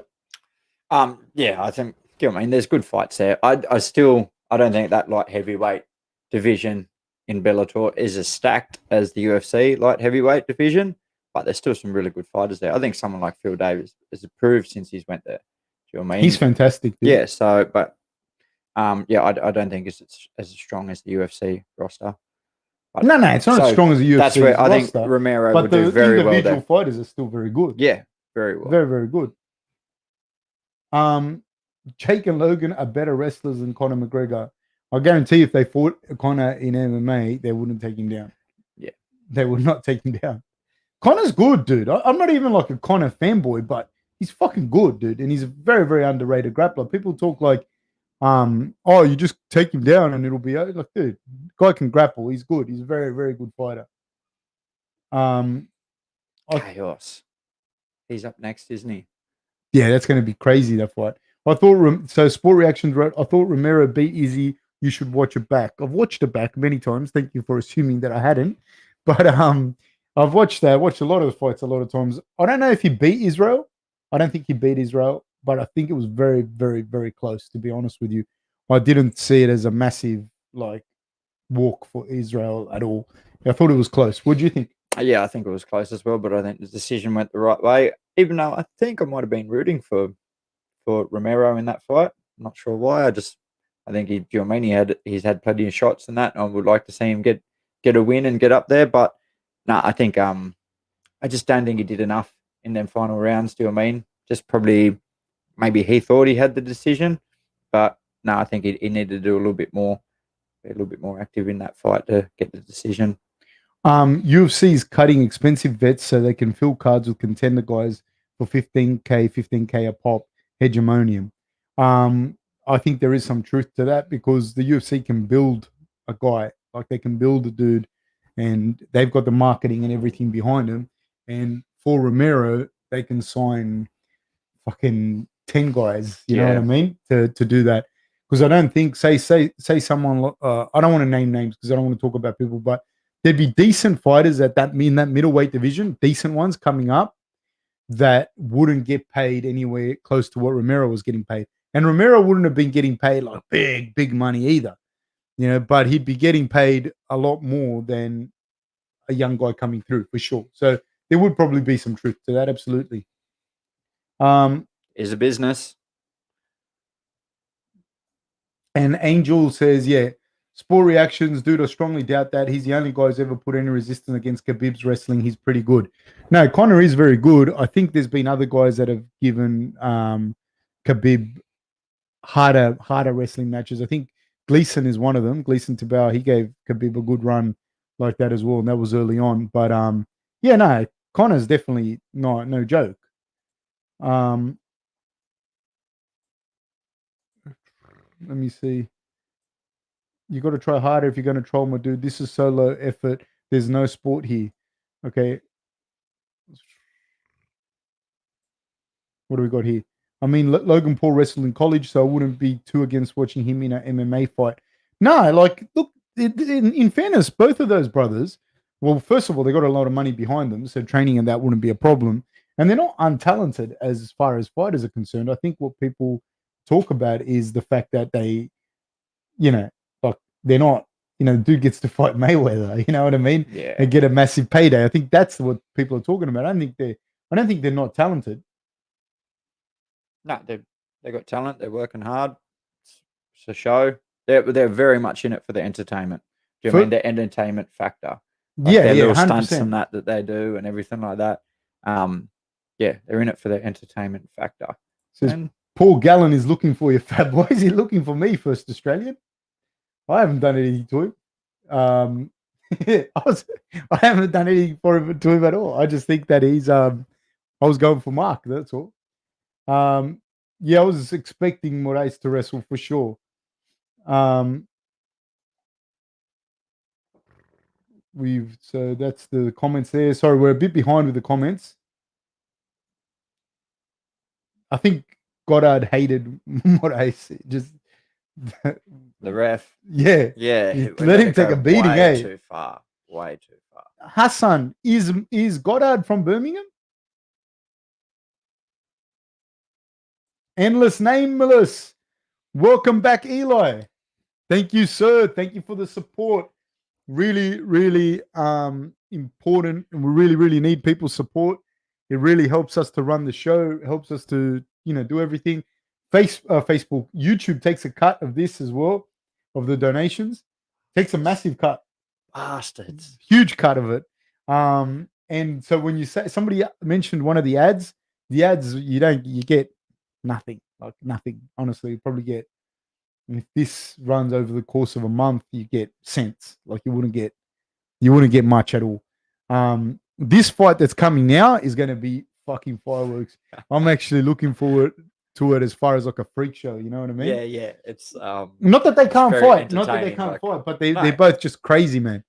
Khaos, that's it. That just sums him up. And he's got huge power. Huge power. And Pereira's crazy. Yeah, he's proper nuts. He's not all there in the head. You don't know what he's going to do. No, he doesn't know what he's going to do. 3-round fight. He has no clue what he's going to do, isn't he? But just, I don't know. The thing with him is, do you know what I mean, how much energy he expands doing all this crazy shit. Like doing flips before he fights. And that he just, that's been his downfall is when he gets tired, he's fucked. How hard is it, you think, to fight someone like that that's so unpredictable that you don't know what they're going to do? You know what, but he also leaves himself really open for someone with heavy hands like this guy. Williams. Yeah. Do you know what I mean? All that craziness, you're going to be open, and Khaos with that power, man. It's a very dangerous game to play against someone like him with precision. Do you know what I mean? Real precision and real power. So, yeah, I think Khaos will get the win here. Yeah, Khaos is like a serious cat too. Yeah, the thing we don't know with Khaos, but is because he's been knocking everyone out. How does he go in them later rounds? Well, we know Pereira obviously gets tired because of his, do you know what I mean, his antics in these. Yeah, but does he get tired because of his antics, or he doesn't have bad cardio? So he only has to like do 16 flips instead of fucking 100. Yeah, and yeah. You know he'll maximize his potential a little more. Do you think anyone has ever sat him down and said, "How about we just limit the, do you know what I mean, the expenditure of the energy expenditure?" Yeah, just a little bit, and then we can. I think these 3 rounds we can do it. Yeah, he's a serious cat, isn't he? He is serious, man. I'm curious to see his cardio and his ground game and the rest of it. Yeah, because all we've been able to see is him just icing people. You know what I mean? Like, so. Interesting. Very interesting. Hassan Ahmed says, Hooker's got a chin, but he's been KO'd before. I'd favor Conor in that matchup, but I hate Conor. Hassan Ahmed versus Hooker. Who you got, Hooker versus Conor? I think it's a good matchup. I still got to go Conor. I think Conor's striking is a little bit, too crisp, too straightforward. But Hooker's fucking dangerous man, and he's very resilient. Very, very, very resilient. One of my favorite fighters. Yeah, man. He can drag that out. UFC roster for sure. If he can drag that fight out, I don't know. He's very good. And he's a big boy, too. Yeah. He's a big boy as well. Long, big guy for that division. He's not little at all. And so, yeah, I don't know, man.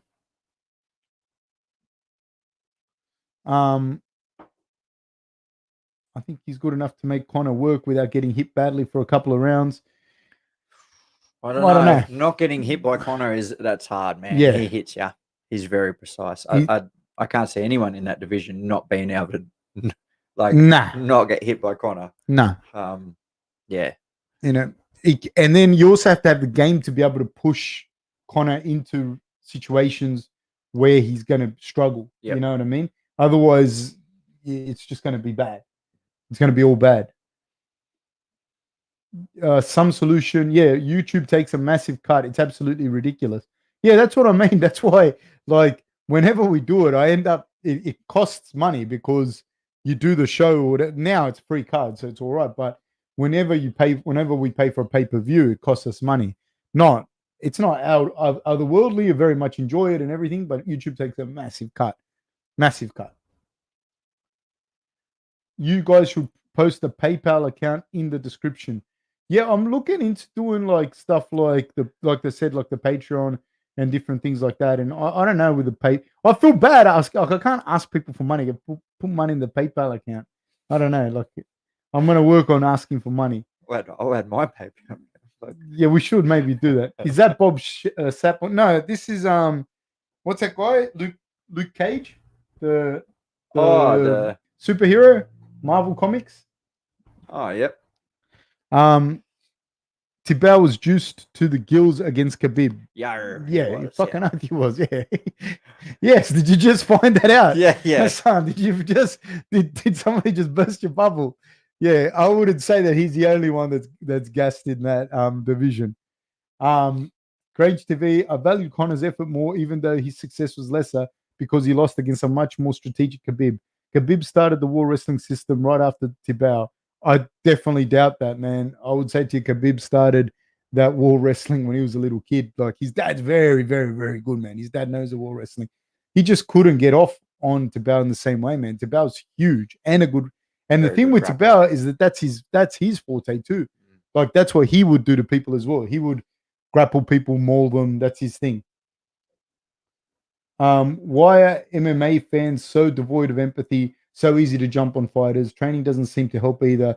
There seems to be no worse off an armchair quarterback than a four-stripe white belt. Man, the worst ones are the ones that know just enough that think they know. That's the truth of the matter. Because whenever you see someone loses or wins or whatever, and people start giving oh, this is why he lost. Let me explain to you why fucking Robert Whittaker lost. And I think, oh, no. Fuck, explain to me, please, because I've only known him for fucking 10 years and I was in the corner. Why is Israel shit all of a sudden? Shut the fuck up. What he should have done. Yeah, you don't know. You don't know shit. The problem is that you know just enough, just this fucking little bit enough to sound like you know something at a dinner party. But the reality is you don't know shit. And I'm not talking to people specifically on the forum. I'm just talking about people in general when you're asking that. That's why people have no fucking empathy because they don't know anything, And it gives them an opportunity when you know just enough that you can go to a family barbecue and say, omoplata, and then explain to them that you do the ancient Brazilian martial art of joint lock manipulations and chokes, and it's fucking, you're a fucking goose, Or you know what else makes me laugh is when I see jiu-jitsu guys, they tap Rob or they tap Israel or fucking whoever at a jiu-jitsu comp and then make a fucking massive thing about it. And I think, cool, man, you beat him in a jiu-jitsu match and that's cool. That's fucking mad. And that's I've seen Craig Jones grapple Rob and that. And Rob won't mind me saying, because there's no fucking secret, Craig Jones will tap Rob too many fucking times, But you're not Craig Jones. You're some guy that fucking tapped him in a jiu-jitsu comp or thing or whatever. Dude, this guy could literally fuck you in front of your wife and you couldn't do shit. You'd just have to buy him a box of chocolates. You wouldn't be able to do shit to defend yourself. So just fucking settle. You know what I mean? It's not that's why they have no empathy, dude, because people are fucking clowns. So Michel Pereira just did a breakdancing move. Yep. No flips yet. It says Bobby Knuckles versus Paul Gallen. We'll probably do a little breakdown of that at some point separately. So yes, we're about to kick off, guys. And we're starting. Boom. We're off. Okay, so Williams looks inside low kick.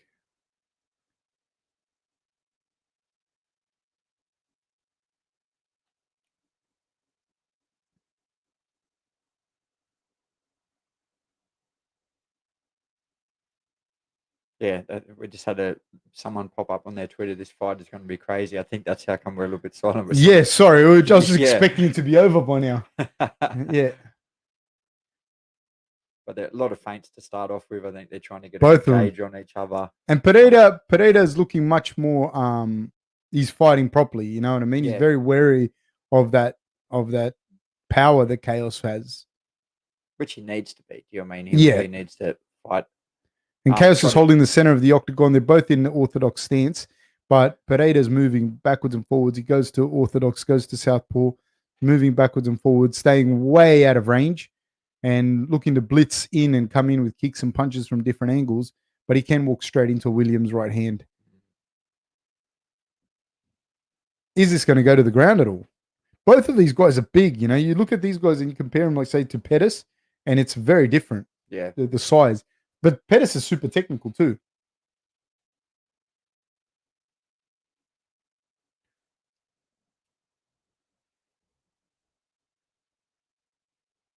Williams has that very traditional boxing sort of stance, doesn't he? He does.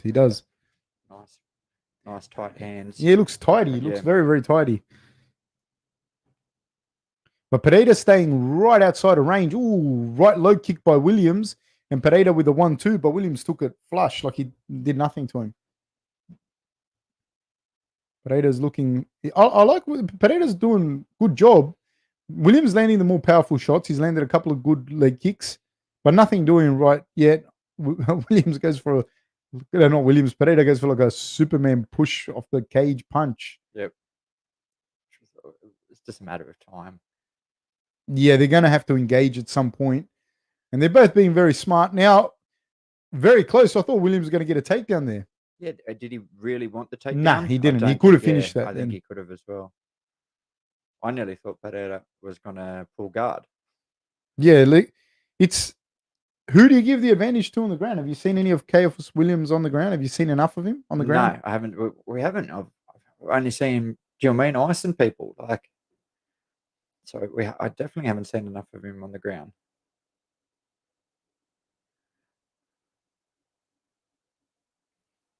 So, but I think these guys...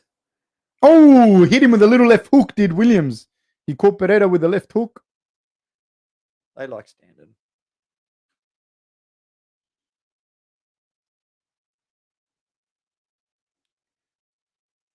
Doing a good job of not chasing him, just sort of cutting it off a little bit. It's Williams. Sorry. Yeah, Williams doing a good job. He's being very, very, very patient.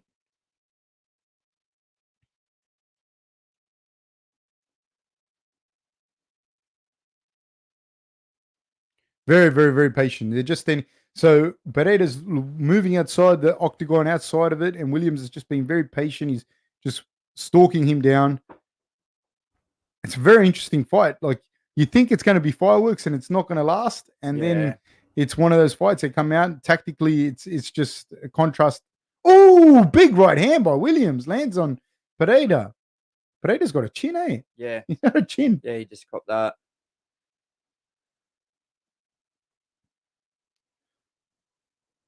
Still a lot of movement. A lot of the guys, a lot of feints.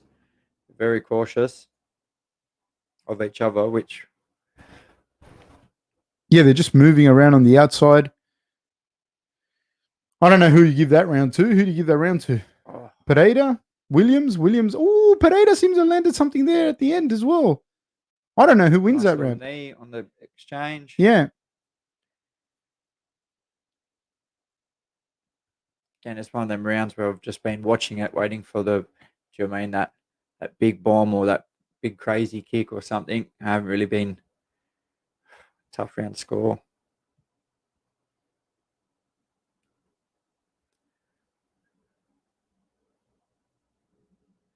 Nice.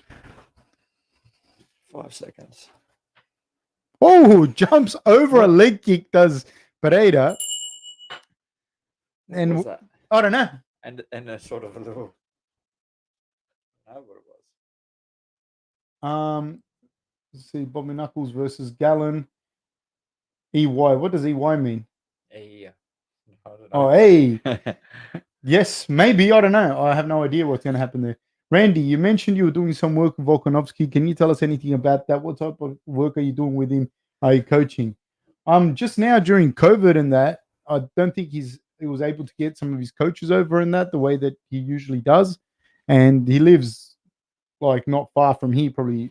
Oh, it's far in other countries' standards, I suppose, but not by Australian standards. It's probably about 40 minutes away, but on the same strip of coast that I live on. And his coach, Joe Lopez, rang me and said, can I just help out a little bit with some of the wrestling and grappling stuff that they're doing? And that's all. Like he's got his own coaches and everything. Like, I'm not doing anything like nothing amazing. I'm just doing a little bit of coaching with him at the moment, just because like I said, he can't get his coaches over, and I don't know how much because I'm busy and they're doing their thing, so we'll see what happens. But yeah, that's all I've been doing there. But it's not just twice a week for the last month or so. Okay. Yeah, but he's got his own coaches, his own team of people and everything. He just can't travels a bit off at the moment, because of COVID. COVID is still very much alive, isn't it? And we got it good here compared to the rest of the world. Yeah. They just trading 1-2s here. I don't know. How do you score that first round, man? No, you can't. I can't score it. Williams seems to be creeping into that range a little bit more. He's really looking for that range. He's really looking to creep into that range. But Pereira's doing a good job of moving on the outside, constantly moving. I think his cardio is actually really, really good. Yeah. But he just does a crazy flips all the time. Ooh, he hit Williams with that right hand, eh? Yep. He dropped the level and then threw the right hand over the top. So jab to the body and then he threw a right hand over the top. Ooh, he eats a massive left hand off Williams. But Pereira has a good chin on him, I tell you. Yeah. I think he may have double under. He's got an over-under on Williams. And Williams actually pushes him up into the cage. This is where the different facets is very important because you can't just fight in the facet that you want to fight in, That's not always the best thing to do. Because you're going to find yourself in these positions. You're going to find yourself fighting a guy, and in MMA, there's so many different things you can do. Because I would say that Pereira tactically is doing the right things. Williams, I would say, is a better striker, but he's tactically doing the right things. Is Pereira, in my opinion. I'm not saying he's winning the fight, but he knows he can't exchange with Williams in the pocket. No, yeah, you can't just stand there and turn the fans on with him. Low kick by Williams. It's funny, you'd think this would have been fireworks, this fight. Yeah, I thought so. Inside leg kick by Williams. That's how these fights, so Always. many of them. Yeah, always. You get excited for it, and you go, "This is really going to be crazy." And then it's a lot of feints and a lot of movement. I'm surprised it didn't turn into a bad grappling match. That's what I thought it would become. Oh, yep. Oh, right hand and a left by Williams, but it was taken kind of on the arm of Pereira, and Pereira's got a chin on him, dude. Yeah. Two low kicks by Williams.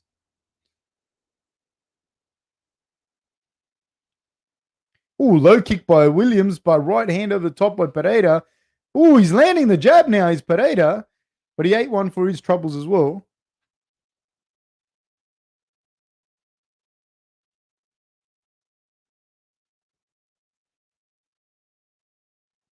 It's interesting, eh? There's a lot of moving, a lot of feinting, and Pereira seems to be getting quicker to the jab, quicker to the punch, but he doesn't seem to have the same pop. What do you think? Yeah, I'd like to see him utilize the leg kicks a little bit more. Pereira, see if he can slow down Williams a little bit. So who's winning this fight at this point? 1:30 to go. Both. How do you score it? I can't score this fight. I don't know. I can't score it. I really don't know. I really don't know. Because Pereira's getting a lot of them up kicks to the body and then some knees on some of the exchanges. He's hit him with the jab a few times.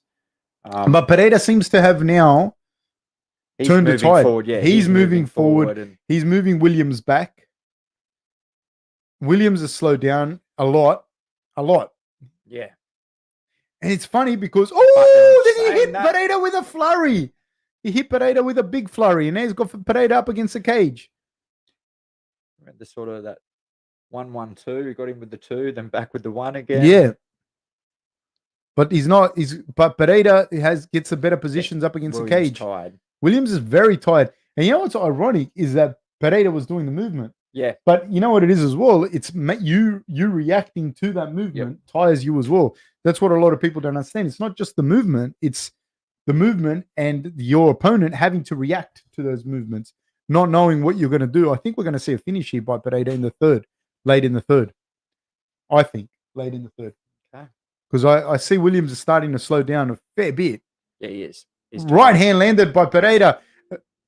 Oh, Pereira's taken the back of Williams with a standing choke. He hasn't got it. No, it's not in. Surely it's not in. No, time. Oh. No, it was across the face. He's a crazy man. Wow. Tongue out. I'm telling you, it'll be a finish by Pereira somewhere late in the Williams looks muttered. Wow. He looks absolutely muttered. It is. It's a reacting to all them little feints. The movement, trying to always chase down that person who's moving. It makes it very hard. Sorry, guys, a little bit away from the microphone there. It makes it very hard. Yeah, very tiring. What do you think? Yeah, he's got that round. The first round, I don't know how to score that first round. Let's give it could be 2-1 or it could be 1-1. Let's give the first. Let's give the first round to Williams. To Williams. All right. Well, one apiece, guys. Just for argument's sake. Yep. But the momentum of the fight, I was just looking up the rest of the card because for sure now it's Aldo versus Marlon next. The 2 fights after this. So the momentum of the fight has changed. Yeah, big time. Who was on the front foot in the first round? Change. Pereira now on the front foot. Rolling Thunder KO by Pereira. There's somebody wrote. Yeah. Could be. He throws it. And if he feels the other guy's slowing down, he'll probably do it. He's a wild man. He doesn't seem to. He doesn't look like he's looking to spin. He's looking to spin. He's looking. There it is. Yeah. So he's starting to get movement. But I wouldn't count out Williams' power at any stage. But that you could see there when he was loading up, coming forward. And he's getting closer for those kicks, for those spinning kicks, is Pereira. And the way he throws the spinning back kick, it's not like a traditional Taekwondo or karate spinning back kick. It's more of a capoeira style. I was going to say capoeira, Yeah, where his head is very, very low. Yeah. So it's away from a counter if he throws it. He's looking to do it again. He throws that left hook. He'll probably throw an inside leg kick now, Pereira, I believe, and then set up the spinning attack. He's got a lot of good movement. He's moving in different directions. Williams is trying to find that low kick, a home for the low kick. They're both standing in the orthodox position. And Pereira's giving him different looks, dropping his level. Oh! Williams tagged him then, eh? Yeah, what was it? It looked like a little check hook. Yeah. But look at this movement. He's dancing. He's dancing and moving. Ooh. Be careful. Catching him with that left hook. Yeah, that's what I said. Sometimes he worries a little bit on that and leaves him very open for a big right hand or. Yeah. Interesting. It's very interesting. And this round like this, I can't really score it. I don't know. I'm not scoring the rounds anyways. I'm commentating, but it's hard. Oh, the donkey kick. The famous donkey kick made famous by Eli on the streets of Ballina. Late night after mouthful of kebab, the old donkey kick comes out from Eli. Oh, nice exchange. Williams got the better in that exchange, I believe. Yeah. And he's still got power, does Williams? Jab to the body by Williams. Looks like he's may have recovered a little bit where he's just been able to sort of stand there and haven't worried too much about the striking. So moving. Maybe a little bit of a second win coming. I think always the start of the round, you get a minute's rest. So you got a little bit more rest, you know. Oh, double jab landed by Pereira. Big right hand landed by Williams, but a knee landed by Pereira. Pereira's got a chin, dude. Yeah, he's taking some hard shots from obviously someone who puts people to sleep. 2 minutes to go. Would you say Pereira's winning this round? I would say so. I'd say so, especially in the eyes of the judges. I think so. And I'm assuming that, like, just for want of a better thing, that will give Williams a first, just to make it interesting at this stage, because I don't know how you judge the first. Yeah. Oh, Pereira goes for a takedown. He's got side control. There's no guillotine there. There's no guillotine happening from that position for Williams. If anything, that's just helping him to. That was very well timed, wasn't it? Yeah. So Pereira now has got the side control, and he's going to hold Williams down. Williams doesn't seem to be doing a lot to get up or improve position from this at this stage. I don't know if he's gassed. I don't know what. Knee ride now by Pereira. Good job by Williams, and he's up. Very good. He used that underhook to get up. Did Williams. That was great. Very, very good work. But it's a lot of energy expended. Yeah. He's tired. And Pereira's making him move, working. There's 1 minute to go. So in the UFC count thing where they do the thing, all the significant strikes are to Williams. But I don't see the fight necessarily like that. I think Williams has landed some big shots for sure. Ooh. Left hand landed by Williams. Yeah. He caught that kick and then threw the left hand. Yeah. Another takedown by Pereira. 28 seconds to go. Easy, wasn't it? Very, very easy. Closed guard by Williams. I think he's going to see this round out. Again, I can't hear the shots the way that the people in the UFC could. Like the guys behind the elbows landing by Pereira. So it is different. Like it could go the other way completely to what I can see or what I can hear. Elbows landing by Pereira. Hammer fists landing by Pereira. Was that the round? Yep. Oh, that's it, boys and girls. That's the fight. Pereira. What do you think, Eli? Yeah, no, I think he did enough to get the win. Unfortunately, Williams he tied in that second round, and then I think he may be relying too much on that power to be able to knock him out. Yeah. I think he, my opinion, this fellow won. Pereira won. My opinion. That's just me. Hey! Artek says, oh, SEK 100. I think we should donate even more to make up for the piece YouTube takes. Hey, man, Artek, you're too good of a person. And that's Swedish money too, is it not? Is that Swedish? I think it is. Thank you so much, man. Thank you so much. You're a champion, man. It helps a lot. It really, really, really, really, really helps a lot. My daughter eats this week now because of Artek. So thank you very much, man. I really, really appreciate it. And, man, hit the like, subscribe, share with people, hit the notification bell. Really, really appreciate your help, guys. Really appreciate your support. It makes a huge, huge difference for us. Thank you so much. Really, really, really, really appreciate it. Hassan Ahmed says, man, you should see Costa's IG comments. Everyone there is a world-class coach. Pisses me off. Yeah, man, of course. Like that's what I mean. I mean no disrespect to any guys that do jiu-jitsu or anything like that. That's not what I meant. I just mean like people do a little bit of jiu-jitsu and they think they're or wrestling or whatever. If I can go to 10 Muay Thai classes and they think that they're Ramondeka, and they're not. Williams is dirty. He's filthy. He didn't get the decision. I didn't think Williams could be dirty at that decision. I wouldn't think so either. It's yeah. I can same as my work. Say I can do that with my tools from Bunnings. Someone wrote, if Rob punched Izzy repeatedly in the head until he knocked him out, he would. Yeah, I mean, of course. Yeah. He should have won. That's where he went wrong. Yeah, that's right, guys. You guys all know. Yeah, no, people don't. And I think you get a little tiny bit of knowledge. It's worse than not knowing anything. That was a crazy fight. I think the Pereira won, though. I agree. I think he won. So Williams definitely not happy, but that's the thing with, I guess. Do you mean the fights? It's subjective. It's not like a game of basketball or football where there's a score and you can't really dispute it at the end. You can say, well, I still feel like in that fight I landed more punches or I did the more work. In fairness, it was close, but it wasn't like that. Like in my opinion, Pereira won. Yeah, in my opinion as well.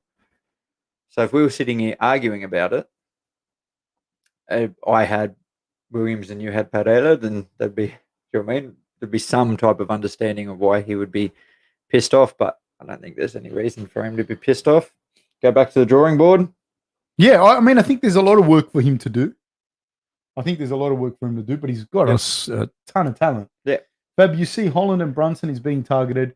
Holland called him out and said there's real beef there. First Australian. I don't know, man. I don't know if there's real beef or not. I think Brunson's a tough fight, man. He's an awkward fight, I think, because to me, this is just me. I think that Holland, with that win over Jacare, could have probably got a fight higher up than Brunson, and because Brunson's just as dangerous, dude. You know what I mean? Like he's got a lot of power and he's a good wrestler, and he's not going to engage in grappling the same way that Jacare did. It's not going to be that type of engagement. So, I mean, Holland can definitely win. I don't think he can't, but I think he could have probably got, if he had asked for someone harder, he probably would have, not harder, higher, he probably would have got it. And I don't know if that would have maybe benefited him. What do you think? Yeah, I didn't know there was beef there. I hadn't heard anything about that fight. I still thought Holland would get someone higher. I think a lot of people in the UFC and outside of the UFC are impressed with his win, especially over like Jacare. Do you know what I mean? Like, yeah, he is class. So, I still think he will get someone higher. I don't think they'll make that fight, the Brunson fight. Well, I think they're saying it's going to be made. Yeah. Okay. Randy, a podcast with Volk would be cool at Angel Romanov Bogiev. Yeah, I don't know. We'll see what happens. Nothing. We've had him on before. Yeah, he's been on the podcast before. I love watching Pereira when he's not flipping all over the place. He's so good at distance control. I think, he actually is very good at it, but we take away because he does all his crazy shit.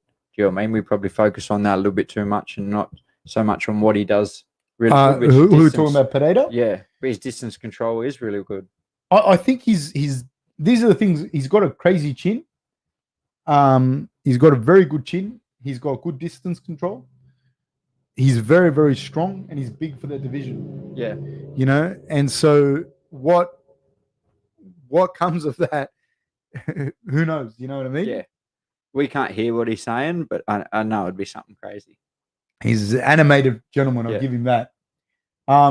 No, I agree with you, Hassan. I think Brunson is a good natural progression for Holland, but I don't know that it's the best fight out there. I think had he have campaigned for a Hamzat fight, I think that would probably be the better one for him, because I think Brunson is a dangerous guy and he's not as high up the totem pole and he's not as big of a draw as Hamzat is or someone like that. That's all I think. But I definitely think that it's I'm going to watch that fight. I think it's a great fight. Holland versus Brunson. Who do you have in that fight, out of curiosity? Oh, It's tough. It's a tough one to Brunson's pick. a good wrestler, dude. That's Really good wrestler. The thing is, I really like Brunson as well. I think he's a really good fighter, but and I say this because with Holland, I think it'll go the other way. I think it'll be hard for Holland to take Brunson down. Yeah. You know, and stand up wise, I kind of think they're even, but I think Brunson has a lot of power. I was going to say Brunson, I feel, would have the power advantage in that. Yeah. But I see Holland being like all over the place too. Yeah. Yep. That's a tough one. Hassan Ahmed says, Fab, Eli predictions for Smith versus Canelo. I got Smith by TKO. Probably blind, foolish patriotism on my end to laugh out loud. Could be. Yeah, you guys seem to do that a lot with Kelly as well.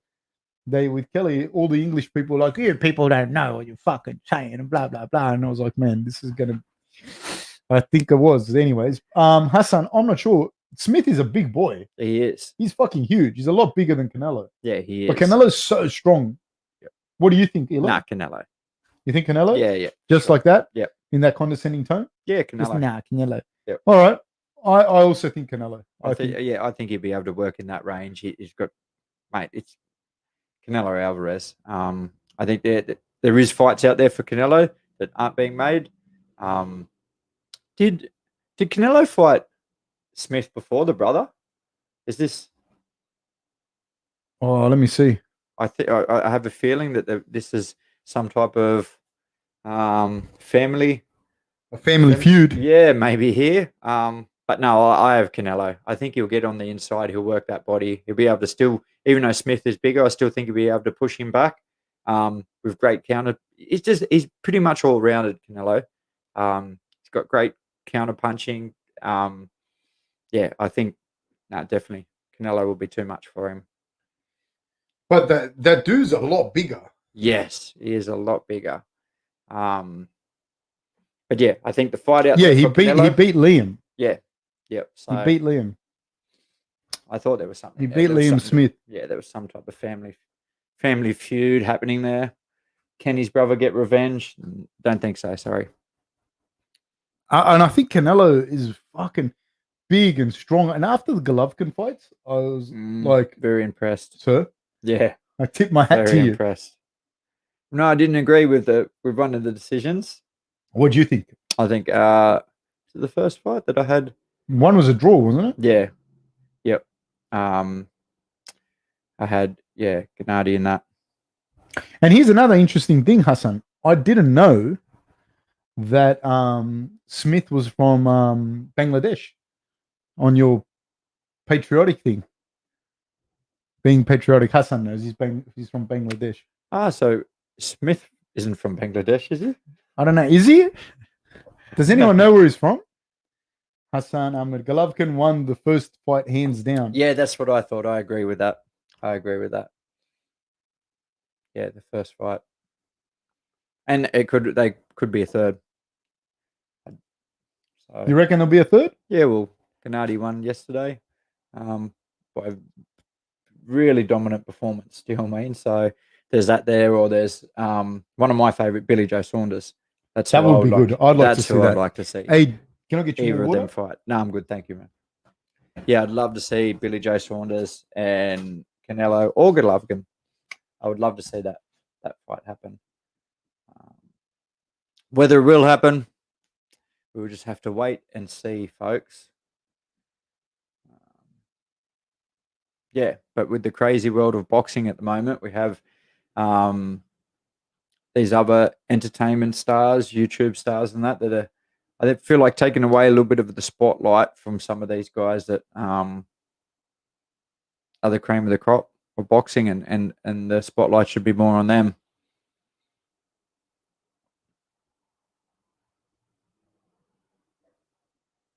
One thing I will say about Canelo is Floyd Mayweather. I think he did a really good job of getting Canelo just before he was too good. And he really, I think he learned a lot from that fight. Learn a lot because Floyd Mayweather schooled him in that fight. Since then, Canelo hasn't looked back. He improved so much after that fight. But yeah, very good job from Floyd Mayweather.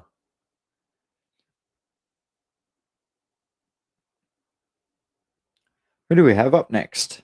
Jose Aldo. Exciting to see.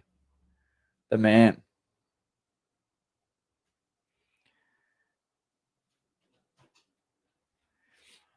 If Fab and Eli go, we all go to war. What's to say? I don't know. If Fab and Eli goes to war, we all go to war. We'll mobilize the garrison. We'll mobilize the garrison from home.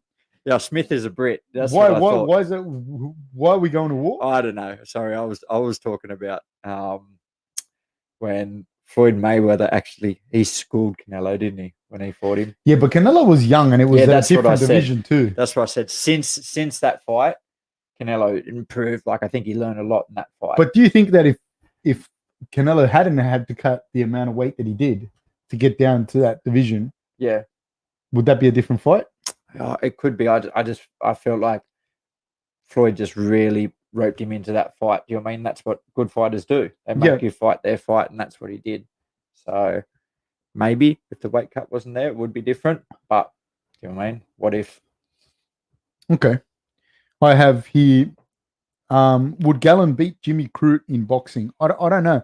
I know Jimmy, and he's trained with us when I was with Rob's camp. He trained with us for a few weeks. And he's a good guy. I really like Jimmy. Yeah, I like Jimmy too. And he's a big boy. He's a big boy as well. What's that? I don't know. I haven't seen his boxing per se. He hits very hard and he's a very tough guy. But I don't know his boxing. Boxing's different. That's what I'm saying to you. That would be a good fight because he's tough too. Jimmy they just punch a fuck out of each other, that one. Yeah. I think Gallen would have the reach advantage. Huh? I think Gallen would have the reach advantage. Yeah, he's got short arms and shit. He's like a big giant baby the way he's built. He's built like my daughter who's one. He's a giant head and like short little forearms. But I don't know. I think Gallen would have the reach. Gallen's super tough, dude. Gallen's tough, and he's like a legitimate, like he can box. Yeah. Like, and not just that, he has a game plan that he knows he's going in with. It's very well structured. He's not just going in there going, all right, let's just see what happens. He's got a very good trainer and he's doing all the right things. So somebody else, get out your cinder block. Cinder blocks. That was my story from last week. Somebody asked me to tell a story about growing up. And I was telling them about how I got jumped once at a party. Yep. They weren't jumping me. They were just jumping whoever was at the fucking party. You know what I mean? And I got jumped at the front of this house because I was just happened to be me at the front. And then somebody ran in and the Fab's getting jumped and people ran out. And I had a mate who's a bit fucking slow. And he runs out and he saw me. I was kind of against the fence like that. And he picks up this cinder block and he runs out and he fucking throws it over his head. And everyone that was on me jumped off me. And I was like this and I looked up and it went bang, hit me in the head. And that was the only injury I took from it. Like I had like a few scratches from the thing because they weren't really landing properly. But my mate hit me with a cinder block, almost killed me.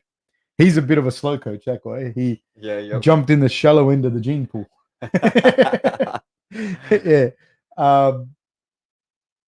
Canelo definitely took a big lesson from Floyd Mayweather in that fight, for sure. I like Vera, but I don't see that path to victory. Maybe kicking, clinch work. I just don't see Vera winning unless Aldo gasses, maybe. My opinion, unless this is like the fight where you see in some fighters, like that's the fight, like that's the one, your last fight, I don't see Vera beating him. Yeah, I'm the same. I think the weakness that Jose Aldo has is that probably shown in the Peter Yan in that fight was his cardio towards the end, but that was a 5-round fight. This is a 3-round fight. A 5-round fight against Peter Yan. Yeah. That's different. This definitely favors the 3-round fight definitely favors Jose Aldo. But I tell you this, Peter Yan, he boxed at a high level in Russia, in their amateur system, everything.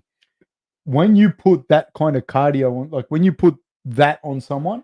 Yeah, but Jose Aldo did really well. Like he did, first 3 rounds, but at some point you fall off, and then in fourth started to go. You know what I mean? Fifth, yeah, and that's what I mean. That's what I'm saying. Like when you're having those boxing matches, like you can have a good jiu-jitsu match with, like you can go maybe 7 minutes with Damian Maia, but you'll start to get into his game, and at some point you're going to slow down.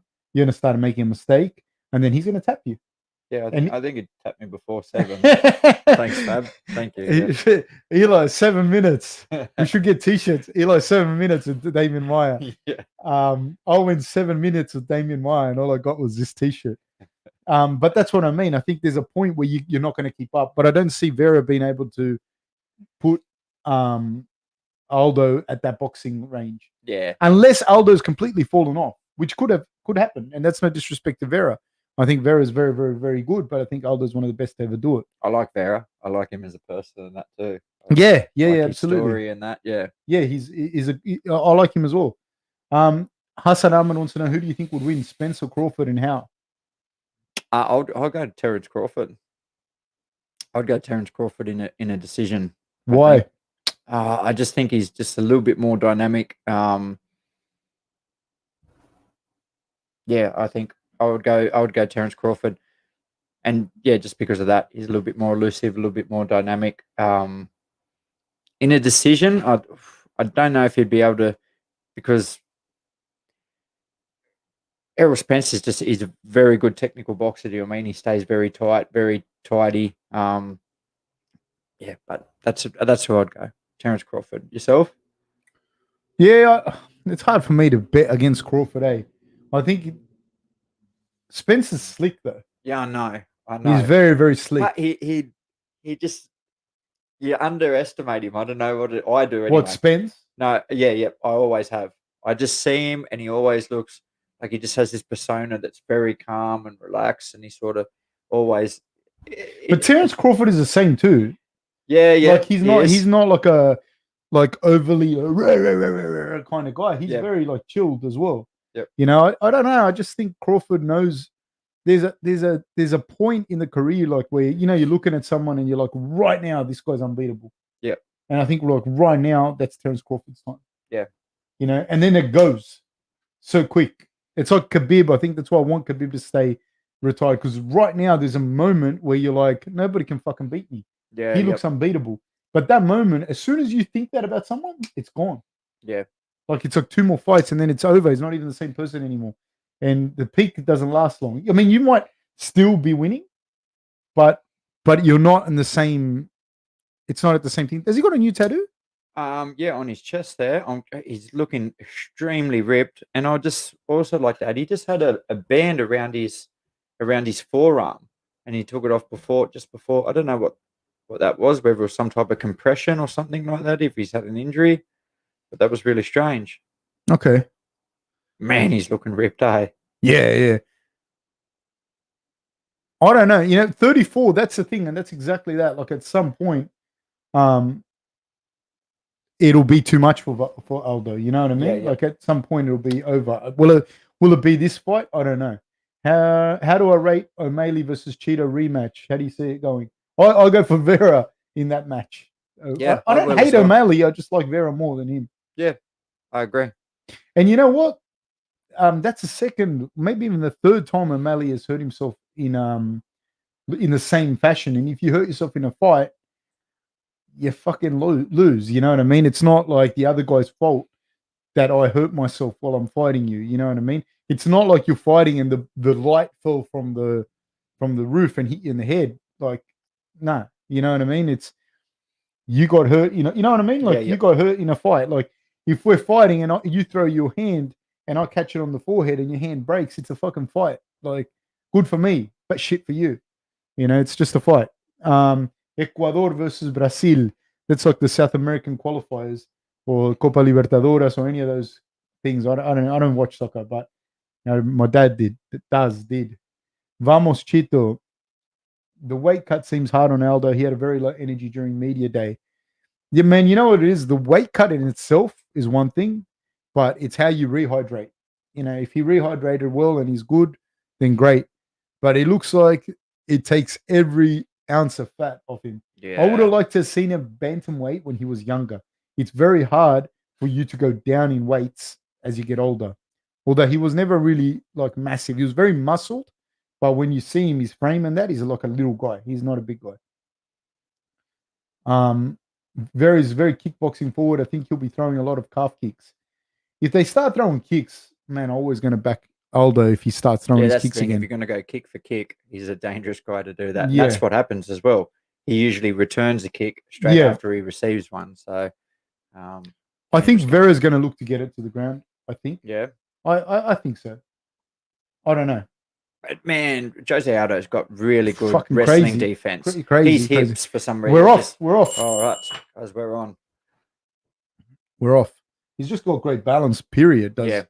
Yeah. Front kick by Vera. Vera's in the Cheeto's in the southpaw stance, and Aldo in his traditional orthodox stance. He's gone with a more Muay Thai look. Does Aldo? Vera's looking a little bit more mobile. This is I'm pretty pumped for this. I am fight as well. This will skyrocket Vera if he can get the win. Yeah, absolutely. It's a big name, Jose Aldo. I like Vera's story, and I'll go for him because of that. But I've always gone for see that low calf kick, and he took the check. That's the problem with those kicks, man. Like that's the problem, and that's why when even that inside thigh there, he sort of right hand by Aldo. And that's the thing when people talk about it, why doesn't Aldo kick? I don't know. I don't know if he's kicked someone or if he's... Oh, there we go. Inside kick by Aldo. Nice kick. Oblique kick by Vera. But Aldo took that check. He checked it really well, that kick a second ago from Vera. Vera's fainting for the inside kick. There it is. Very, very nice work. Oblique. Oh, and there's a takedown attempt by Vera. Mate, he was like a cat then, wasn't he? Yeah, Aldo his reflexes are crazy, but that's what Vera's going to do, I believe. He's going to do this game. That's what Volkanovski did against Aldo. Yeah. You know? And he's looking for it. And I think Vera's going to try and test Aldo's jiu-jitsu on the ground, and he's going to try and hold Aldo against the cage as much as possible. Aldo's doing a great job of framing, so it keeps his hips away from him, but he really needs to start to see right here. Aldo, Vera has a double unders. Aldo can either try and swim one of the underhooks in, or he can frame with his forearm on, use his left hand to frame on Vera's face with the forearm and separate that head. And then he's got to look for a little bit of space with the whizzer and then spin him. The way Max Holloway does that, fantastic. Fantastic. I was actually talking to Volkanovski about that, and you're saying that that's what he noticed. Like, that's how Max was getting out of that. Yep. And that's why he turned into he started working the inside trip more. And that's how he ended up catching Max with an inside trip in the second fight, I believe. So now Vera has managed to swim the underhook in. And Aldo has, sorry, I beg your pardon, yeah. And Aldo's doing a good job of the bicep control, but Vera's winning by just sucking up time. Very, very, very good. Aldo has now changed it, and Aldo has gotten and breaking away from Vera. Vera throws a nice left hand down the middle. Oblique kick by Vera. Hands nice and high, Vera does, but he's on the outside now. Throws a nice left kick to the body, caught on Aldo's arms. Aldo's controlling the center and he's stalking Vera. He knows that he's behind in this round because of that. Oh, that left rip to the body. There's that Dutch combination, man, that he throws that left rip to the body and right low kick straight after it. Ooh, left rip to the body again. And Vera's automatically switched stance. He's went orthodox. He went orthodox, and then he's gone back to southpaw. But yeah, it's we had Andy Sauer on the podcast, and Andy Sauer, one of the best kickboxers of all time, K1 kickboxers. He trained with Vera extensively, with Aldo. And Aldo gave him one of his belts. Oh, another right to the body by Aldo. Nice work. Aldo controlling the center of the octagon, and he's really putting in some body work on Vera. Oh, there's a right outside kick when Vera's gone to orthodox stance to protect the body. But as soon as he went to orthodox, his leg's getting chopped up by Aldo, and Aldo's giving him too many things to think about. Wow. He really chopped down on that leg, eh? Yeah. Oblique kick by Vera. Oh, and he faints. See how much he bit on that feint? Yeah. So Aldo fainted with the right hand, and Vera really bit down on it. Swing and a miss for the body rip by Aldo. Left high kick by Vera. Nice. Vera's controlling the center more, and he's going to try and put Aldo up against the cage, but Aldo shucks him off. Good work by Aldo. Great work by Aldo. Nice work. Aldo's controlling the center. Vera's felt those body shots. Another big right hand to the body by Aldo. Great work. Oh my God, 13 seconds to go. Oh, left high kick. Oh, there's that combination. That left rip to the body with the right outside kick. Right head kick by Aldo. Nice work. Hook kick by Vera. Time. Ladies and gentlemen, what a round. I love the body shots. Man, that combination to me is one of my favorite combinations. Like, and you can go jab, straight right, left rip to the body, right low kick. Yeah. But Aldo goes left rip to the body and then right low kick straight away. Yeah. And that's such a good combination. That's like that K1 Dutch combination. They do it so well, the Dutch. Ernesto Hoos did it. Andy Sauer did it. Deckers did it. They all do that combination. Left rip to the body, boom, and the low kick. Or right, you can do the other way too, but most people are orthodox. Mate, he put some work into that body. Yes. And then, like you said, now he's really biting on them feints. Very much. Yeah, so very, very much. And the problem is with this now is you're biting so much on those feints, you don't know what's coming from Aldo. Yep. You know, and Aldo's giving you different looks. And if he switches from southpaw to protect the liver, and he gives him the orthodox, Aldo comes in with those crazy kicks. Yeah, and just chops up that lead leg. Look at this rip to the body. Boom! Oh, that one hit the leg, but this one, boom. Nice. That one was on the spleen. That wasn't even on the thing. So we're on, guys. Organs like the liver's a huge organ, and it bruises. That's why it hurts so much. As well as the spleen, they're hard organs. The kidneys, they're solid organs. Oblique kick. Oh, right, left to the body and a right hand by Aldo to the head. Inside low kick by Aldo. This is a masterpiece he's putting on, I feel. Yeah, I think by the end of this, he's going to feel like he got hit by 20 baseball bats. Does Vera. But Vera's very much in the fight. Yeah. And I want to say, man, he's fucking tough as hell because those body shots, oh my God, you got to be so tough to take that. Yep.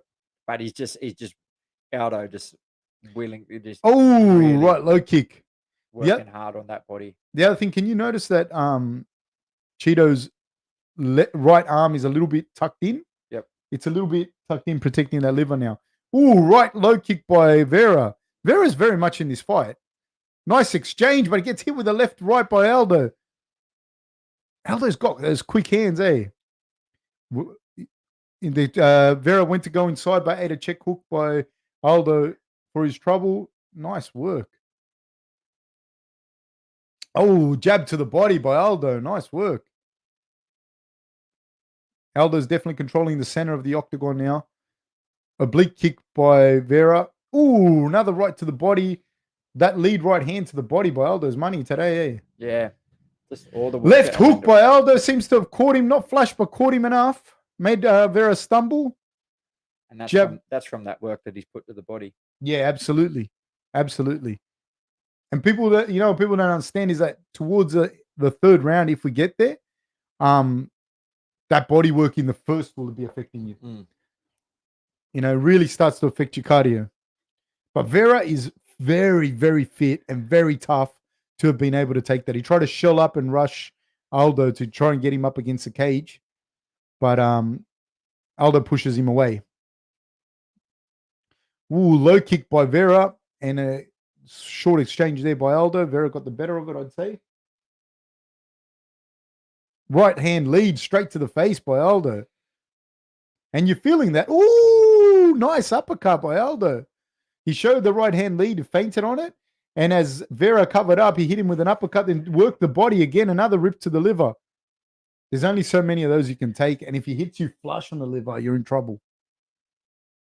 You've been liver shotted, Elo? Yeah. He's a crazy guy. Not a crazy guy. He's actually a gentleman. But through another calf kick checked by Aldo. Ooh, they're caught in the exchange. Sorry, Elo, to cut you off. No, but he used to go to the liver when we were sparring. And it hurts, eh? He cripple you. Cheeto looking for the takedown. He's got Aldo up against the cage. Here, up against the cage, high underhooks, guys. High underhooks, I will run the show up against the cage. Vera's getting the better head position here, but Aldo's trying to shield, so he's using the knee shield. This is basically, when you're in this position, it's very similar to half guard. when you're up against the cage. But Aldo's doing a good job here. The problem is that now I don't think holding Aldo up against the cage is going to win him the round. That's my opinion. No, not with a minute. 30 left. Oh, he's going for the takedown. No, he didn't get it. Aldo knee to the body, but Vera took it in the arms and Aldo with the right knee to the head. But partially blocked by Vera. Vera sneaking his way in and throws a calf kick at Aldo, which is partially checked. Nice little movement there from Aldo to get to the outside. Absolutely. Yeah, he stepped outside. He does that really well. Yep. Oh, they exchange. Right to the body by Aldo, left hook by Cheeto. He ate one for his body shot there. Yeah. So there are some adjustments being made by Vera. I don't know if he's feeling Aldo slowing down, maybe. I don't know. This is going to be interesting, though, because Aldo has landed a lot of shots, and Aldo's in the tie clinch up against the cage, and he's landed some knees. There's 39 seconds to go, and both guys working quite diligently here. Cheeto is very, very fit and very, very tough, because to take those shots and to keep coming is very, very, very impressive. Body lock by Cheeto. Cheeto's muscling Aldo up against the cage and pushing him back into the cage. But you also have to wonder how much of energy is that taking on Cheeto's as well. They're exchanging knees whilst Cheeto's holding him up against the cage. He's got the superior head position. 7 seconds to go.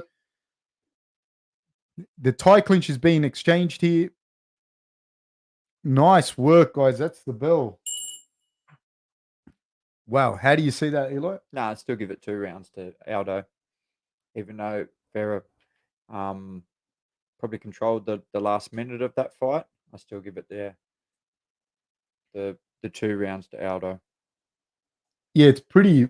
Oh man, I don't know. I think Aldo won that round. Yeah, just on damage, but I'm just surprised at how tough and how fit. Not tough because I didn't doubt him, but how tough and fit Cheeto is. Aldo looks like he's breathing really hard, eh? He is. He's breathing very hard. His eyes are like wide open. He's breathing hard, but he took some. But he's given some shots to Cheeto. Do you think Cheeto's feeling that the shots probably aren't coming with the same gunpowder? Maybe.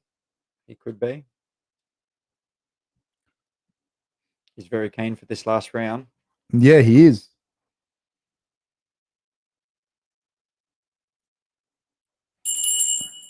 And he closes the distance quickly to push Aldo up against the wall. And there's an exchange. Aldo has a double underhooks. Oh. He gets behind. Nice work. And he's got the correct underhook. He's got the correct hook to get in. Not the correct one, but that's generally... Oh, he's looking for a broomstick takedown. But Vera is very, very versed in the grappling world as well. Very, very versed. So here Aldo's looking for the broomstick, but Vera was able to get it off.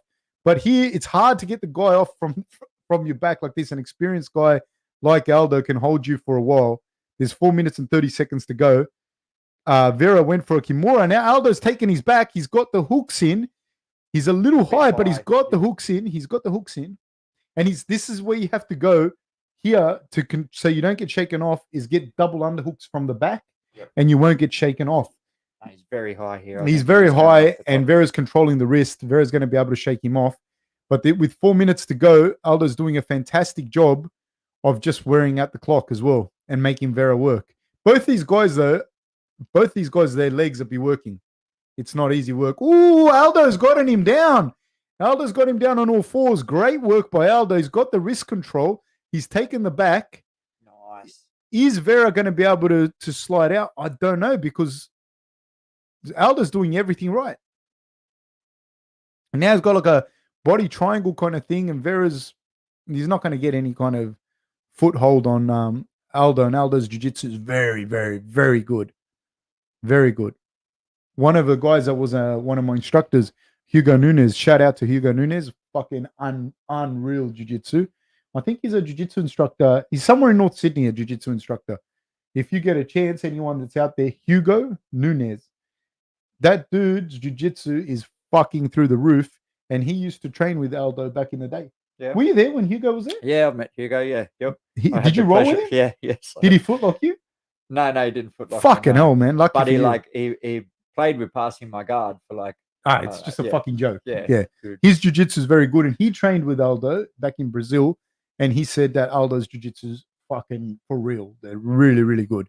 So, yeah, if Hugo says that, he's good. Yeah, so shout out to Hugo Nunes. His jiu-jitsu is fucking unreal. I don't know exactly which gym. I can't, for the life of me, I can't remember now. It might be Sydney Jiu-Jitsu Association or something like that. So Aldo's controlling the back. He's got the body triangle. It's very, very deep, and he's on the correct side for the body triangle. That gets very, very tight. If Vera could spin out to the other side, it starts to relieve the pressure, and I think that's what Vera's trying to do by doing some wall walking, and that was a great, great job by Vera. It does relieve some of the pressure, but it is an awful position to be in, and it's very, very hard to get out of that position. And the way that Aldo has it and how tight he has it. Yeah, he has it very tight, doesn't he? It's super tight. And it's hard on Aldo's legs too. Like if this was early in the fight, it can gas your legs. But here, Aldo won't give a fuck. He'll just hold on and hold on and hold on and hold on. That double underhooks that he does is a great position. It's not utilized enough, I believe. It's very, very hard for you to shake the guy off when he has those double underhooks like this. He's going to hold on forever here. And this got to be tiring. Yeah. 1 minute. Up with him on your back. Yeah. It's very tiring for Aldo as well, but Aldo doesn't care because he won the first 2 rounds. Yeah. You know, so he'll stay there the whole time. Vera's going to try and shake him off. He's going to try and flip. He's going to try and wall walk Aldo. So what happens here is you'll try and scrape him off you, but it's very hard because Aldo, the fact that it's the 3rd round and the fact that Aldo won the first 2 means that Aldo can just hold on. He doesn't have to wait.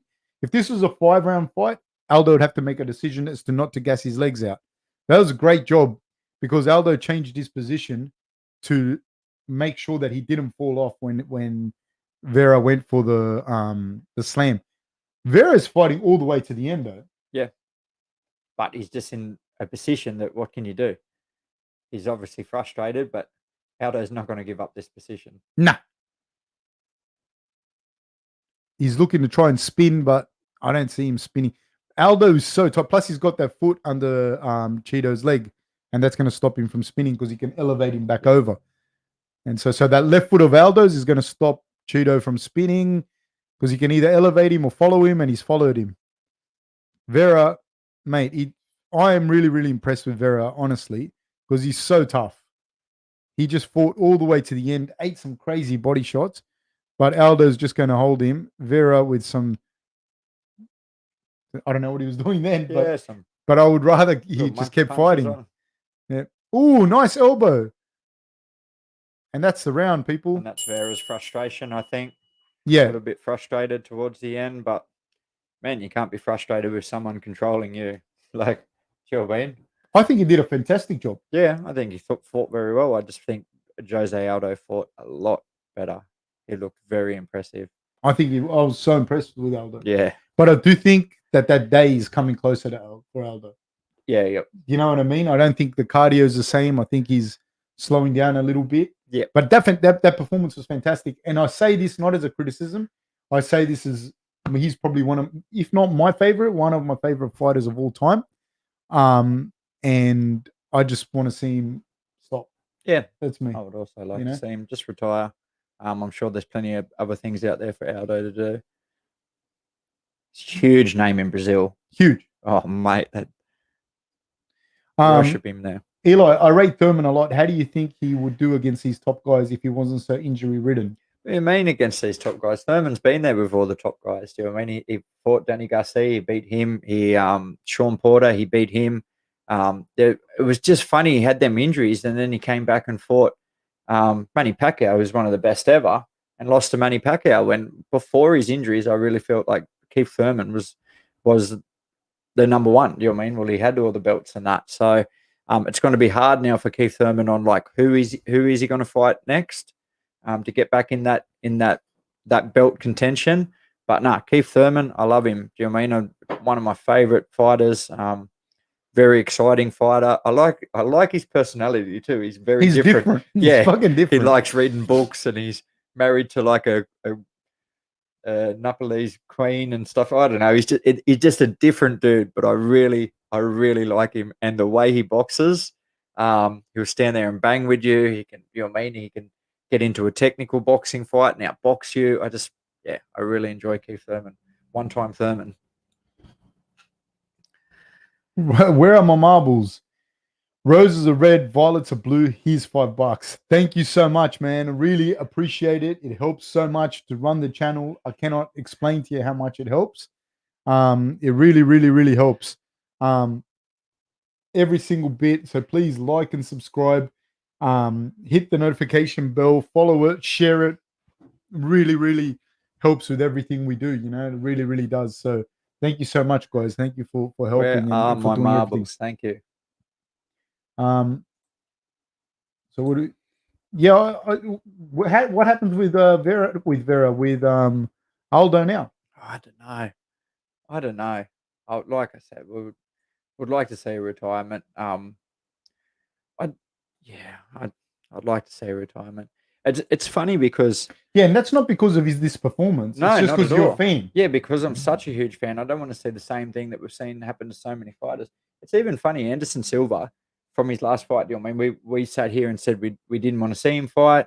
We would like to see him retire. He's came out openly now and said, "Oh, everyone keeps trying to force me to retire. I'm happy that I can make my own decisions." He's trying to find a contract somewhere. Who is Anderson? Anderson Silva. So Bellator said that they're not going to sign him. ONE FC have also came out and said that they're not going to sign him. I'm sure someone will find it. Sign him. What's the crazy one in Japan? Ryzen. Yeah, I think Ryzen are looking to sign him. So, you know, the thing is, it's not like, well, people don't get like, you know, you get people here go, it's his decision and blah blah blah. And like for me, like just having been around a lot of fighters and around a lot of tough guys, they'll keep fighting, dude. They'll keep fighting. And when you know someone, or you like someone, or you're aware of the actual damage that's occurring to that person, and the thing is, man, like do you know people that are punch drunk? Yeah, I do. Yeah, I know people that are punch drunk. Boxing, yeah, boxing, rugby league. Yep. I know guys that are punch drunk, and when you talk to them, they're not there anymore, dude. And I've seen guys of my age. Dude, I'm 40, and it's sad to see them. They're not the same anymore. And then the worst part though is when somebody's 50, you know, and I'm not even talking about 60, 70, 80 if they live that long. I'm talking about someone's 50, and you go, and I introduce them to, and I'm not going to name names, but I say, this is so and so, blah blah blah, and this guy knows about fighting, the guy that I'm introducing him to. And then when the guy goes, I go, you don't know who that was?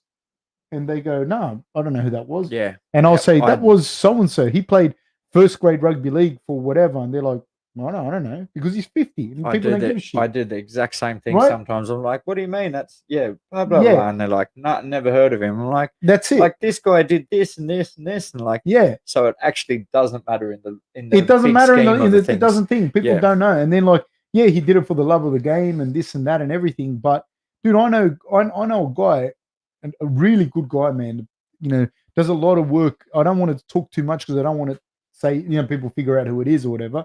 There's a lot of work with community and a whole bunch of stuff. And he played rugby league and he was hard as fucking nails. Right. And today, like now, like he's not old, man. He's probably 50, 55. And he's like not right. When you're talking to him, he's not right at all. And when you talk to people, people don't know that he played rugby league or who he was or whatever. And other fighters, people don't know who they are, man. Yeah. And that's why it's sad, man, because you're not going to see the guys when they're 60. You're not, because they're not going to be on TV. So you just want to watch them fight, but you're not going to be there when they can't wipe their ass. You know what I mean? Yeah. So that's I think it's very unfortunate. And it was really interesting when he came out with that post to saying, do you know what I mean? Everyone around him's been trying to force him to retire, but he's happy enough to say that, do you know what I mean? He can make his own decision. And please, I don't know what, do you know what I mean? Obviously his loved ones and that, whatever saying that, but yeah, maybe that some people just need to find something else. Maybe it's coaching or being, you know what I mean, active in the community or doing something else. But there is life after fighting. It's sad, eh? For me, it's sad. Like I'm still gonna watch him fight, but it's sad. Yeah. You know, same as Romero. I mean, like Romero's taken a lot of damage, dude. Yeah. Like a lot of damage. Just people don't get it. He's tough as hell, but he's taken damage, dude. Yep. You know, and no matter how tough that guy is, he's taken damage. He's had his face broken, dude. He's been knocked out. He's been knocked out in Strikeforce back in the day, the spinning back fist. You know, he's taken He's been in wars, especially recently. He's been in wars, and he's taken a lot of shots to the head. I don't want to keep saying it. Yeah. Aldo called out TJ apparently. How do you see that? I see TJ beating him. Yeah, I do as well. I think TJ's striking's a little slick, and he's fast, and he can wrestle, and he can grapple. Yeah. So I think that's and he's young, man, and hungry. That's the difference, I think. And he was on enough juice to kill a small donkey. Yeah. Like it's like a lot of these guys, man, like, and to get busted for gear, you must have been on so much, because it's not hard to not get busted. So it's pretty, yeah. Yeah. I don't know if that's who he's called out. Because I don't know. Does he want another title run? What's this? That just happened. Yeah. Why was that being advertised? I'm not sure. Well, they're obviously not. Tony's not fighting Charles Oliveira again. They're not giving him that. Charles Oliveira, yeah, that sliced him up. That was a bad one, eh? Man, Charles, I was only listening to some critics and that before, just saying, "Oh, it wasn't." Do you know what I mean? Because what was it? Was it that it wasn't the old Tony Ferguson, or was it that Charles Oliveira was just so good that it made Tony Ferguson look like that? I think it was a combination of both. I was going to say, I think it is a combination of both. Yeah. And I think Ferguson looked not bad, dude. You know what I mean? Man, a Tony Ferguson at 80% is still like. Yeah, he looked good, but he's still a top 10 but fighter. Charles was great. Yeah. He looked good, but Charles looked great. That's the difference. Powerful JT says, Aldo's still hungry, I believe. I thought this performance was a throwback, utilizing leg kicks and more. I think he looked fantastic, and I do think he's still hungry, but I do think he slowed down, like in that fight. He did slow even down in that third round. It was very smart of him in the third round to try to, he took the back and then held on, because I think he was definitely slowing up and tiring a little bit. And then when Jose Aldo does tire up a little bit, he is very hittable. So with the jab and do you know what I mean? And he's sort of got a bit of a high head. It's a bit of a worry, especially when he goes back in that as well. His chin goes up a little bit. Or even when he goes forward, his chin's very high. And it's a bit of a worry when he gets tired. Yeah, and he's been in a lot of wars, dude. Yeah. First Australian says there's a video on YouTube from GrangeTV with Rob talking about the use of PEDs in MMA. MMA fans used it to try to say Rob's juiced. Yeah, well, I remember that video because we were talking about gear and everything, and I've spoken about it on here. And I was just saying, I was actually me saying that it wasn't that hard to fucking beat the test. And honestly, I'll tell you this, as far as I know, and I knew Rob quite well, he's not on anything. I can tell you that. Not even on the best of diets, which was a point which was a point of discussion with us many times. Test positive for KFC. Yeah, he'll test positive for cholesterol. But I think, like at this point, now, I'll tell you now, if Rob at 40 is looking like Rob today, then he's on gear. But no, up until this point, no, he hasn't been on it or anything like that. First Australian, after the Cannonier fight, they did it. Not on GrangeTV, it might have been on thing, I don't know. But we did one before as well. But it wouldn't have been on GrangeTV then. But I don't know. I didn't see it. Anyways, if it wasn't like a GrangeTV one, I didn't see it. But or he's very vocal about how much he hates him in the game. So 100%. And if you have to fight someone that was on fucking gear, and there would have been, there were situations with Rob, I don't fucking blame him. You know what I mean? Same as Mark Hunt fighting people that were on gear. How many times in his career? Fuck. Of course you're going to be vocal about it. And it's stupid too, because what people don't understand is like it aids in your recovery. So you can say, oh, he was on it before, he's not on it today, but he spent 5 years on it, right? That means that he trained, he was able to train more than you for those 5 years, and he's now technically better than you because he was able to train for so long. You know what I mean? With doing more sessions than you. Valeria, thank you. You're the best as always. This lady, honestly, and she bought a shirt. Thank you, Valeria. Thank you very much. Guys, tag me, tag Eli. Please tag me when you buy a shirt, when you buy any merchandise, please. Valeria, $20 says this week Wonderboy said he'd like to give Covington a good old-fashioned eye poke. Laugh out loud. How do you see a matchup between them going? If Wonderboy can get a good eye poke in, it's a big advantage for him. Yeah. How do you see a fight with them going? With Covington and Wonderboy, that'd be an interesting fight. Because what I love about Stephen Thompson is for me, he's probably the distance control. Do you know what I mean? He's the master of it in the UFC. So whether Covington would be able to get in that distance to utilize his wrestling, which he's no slouch at wrestling, and his defense and that as well, Wonderboy. The only thing that with Wonderboy is he's 40. He's 40 years of age. Is he 40? He's 40 years of age. Wow. Do you know what I mean? And like he's 40. So he's not a young man. He's had some losses, but look at the guys that he fought. Do you know what I mean? There was the two fights with Tyrone Woodley. Then who did he go with after that? That loss to Pettis.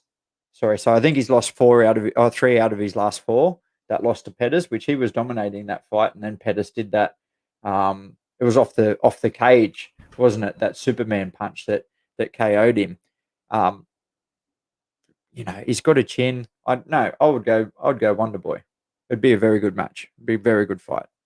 What about yourself? I think that Wonderboy against Covington, the problem there is I see Covington, he's young, he's hungry, he's great at what he does. He's still at the peak of his game. And whether people want to admit it or not, Wonderboy is in decline. Now, decline can go, which I don't think is the case for him. I think Wonderboy is doing this. He might feel really great, but if he's 40, he's 40. There's no two ways about it. He's got a great amount of experience.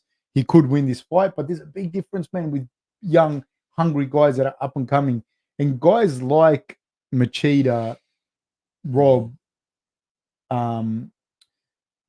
Wonderboy, Anderson, Israel. All them guys with that distance control. Yeah, that fight like that at distance, and they fight on the bluff and they get out of the way and then hit you back and this and that.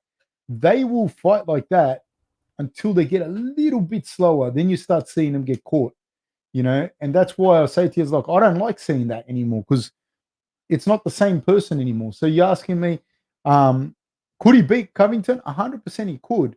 But I see Covington matchup-wise, normally I would say to you, Wonderboy would beat Covington. But at this stage? I think Covington gets out of the way of it and just goes for the wrestle and just rinse, repeats. Yeah. That's what I think. Here in this fight, I think Wonderboy, his name threw me off because he's 40. Yeah. So he's the middle-aged man. And that's I'm 40 myself. But a young, hungry guy in Neal is different. You know what I mean? I don't know. 5 rounds, it's hard. Yeah, it is very hard. Here's an interesting question, Eli. Thank you so much, Valeria. Guys, please like, subscribe, and share and hit the notification bell. Tag us on Instagram when you buy merch. Really, really love that. Do you think Ferguson was ever the level perceived?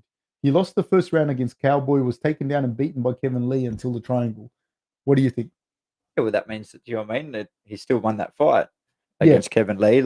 And he still beat up Cowboy. Yeah. So, yeah, I think he was. I don't know. I sort of feel like he never got that huge fight, that huge title fight or something. That he won. Man, him and Khabib were about to fight how many times? Yeah, three times. Yeah. So twice Tony Ferguson had to pull out, and then once Khabib because of COVID. So, I don't know. That would wear on you a little bit. Now he makes it also the thing that I'm not a big fan of with fighters when they get to choose their own training regime. Do you know what I mean? That they start to make their own decisions and that, because I promise you, doesn't matter how motivated you are, if I go to the park and run, I will never fucking run as hard as if I have someone telling me what I need to run. You will never train as hard or do the things that need to be done.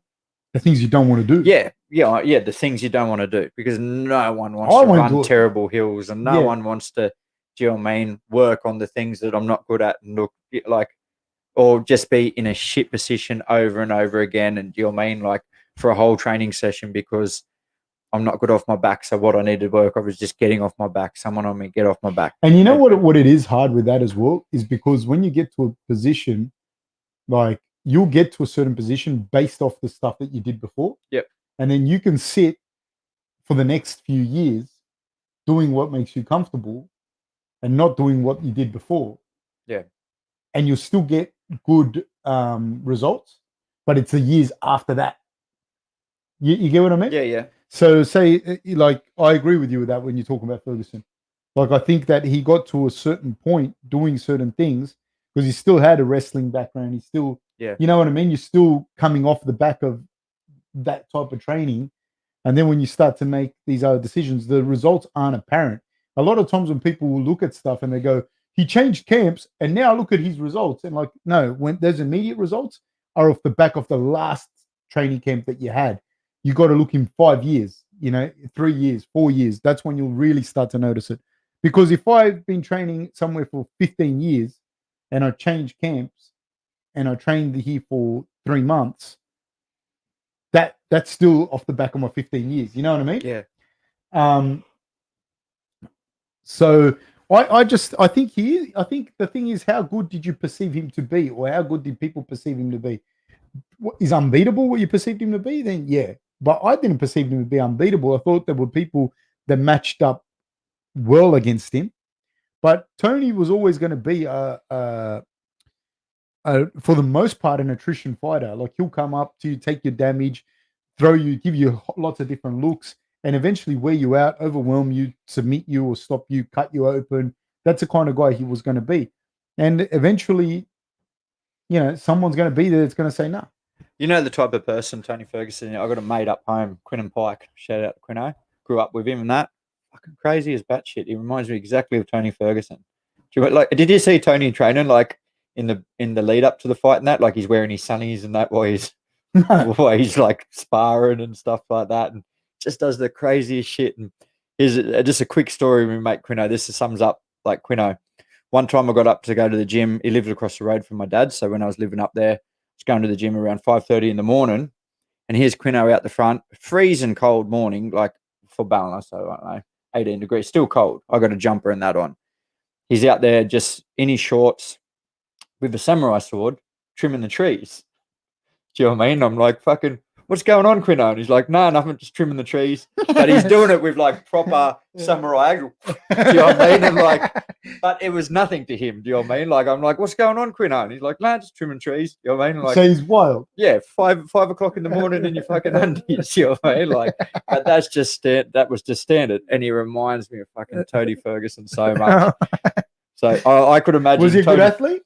Yeah, he was sort of, he did all right at footy and stuff like that, and a little bit of everything. So he was half Kiwi, half Filipino, but just crazy as batshit. Like he even put up the other day, like he got a cut and he stapled it shut himself with staples. Like he just does. He just had a mad infection like that too. Oh no, you have no. This is going to be interesting. I also think that Geoff Neal wins this. Do you? I didn't think so before, but I've changed my mind. I've changed my mind a little bit. No, I don't know. I don't know if he wins it. He's an underdog, actually. Yeah, I don't know if it'd be interesting to see how he goes with Stephen Thompson switching from orthodox to southpaw. Yeah, I don't know if he wins. I don't know if he wins it. There was a time when I thought Wonder Boy would it like. I wouldn't have had that doubt. Yeah, I know. You know, but now that you found out he's 40, somebody said he's 37. 37. Is he okay? I thought. Why do you make me say shit? Like you make. Because I never thought he was that old, and now you. Oh, but yeah, 37 isn't old. No, it's not 40. You know what I mean? In fighters' years, that's a fair bit. All right, sorry, I thought he was 40. Let me find out. I want to find out, guys. Yeah, he's 37. All right, you should really, man. Terrible piece of shit, guys. Honestly, what do we do with this guy? Fucking Greg Hardy's fucking fan club here. Unbelievable. He only turned up for Greg Hardy fights. All right, guys, we're about to start.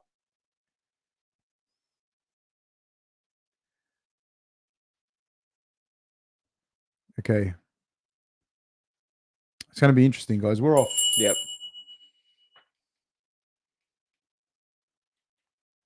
Very good counter striker. is Wonderboy Stephen Thompson. Very good. And he's much longer than Neal.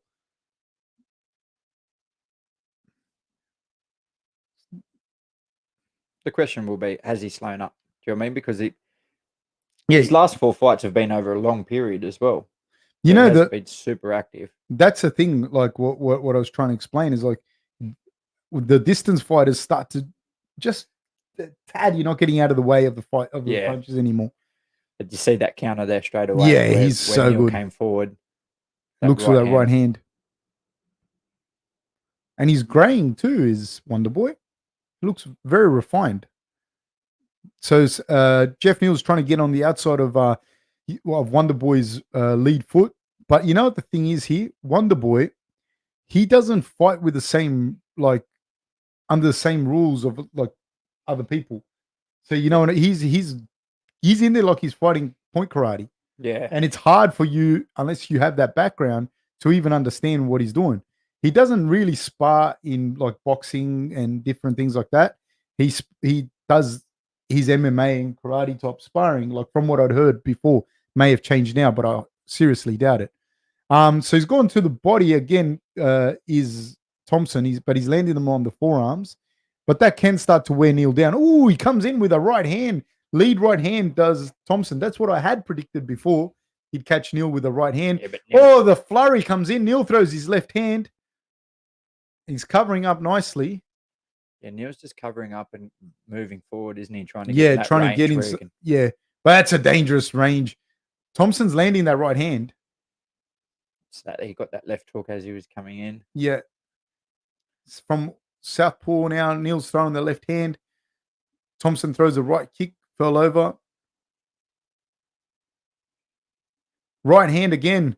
The counter by Thompson. Neal's taking him on the forehead and the gloves. I don't feel Neal's showing him much respect for his power. Nah. He's just really charging forward through it. Nice jab by Thompson. But you got to be careful, man. He hits with such precision. Yeah. Neal's holding the center of the octagon. He's coming forward, hands high. Thompson moving now. They're both in the southpaw stance. Thompson's been looking for that side kick and that spinning back kick, quite a bit. So what's your tell for that when he narrows up his feet and when he's gonna spin?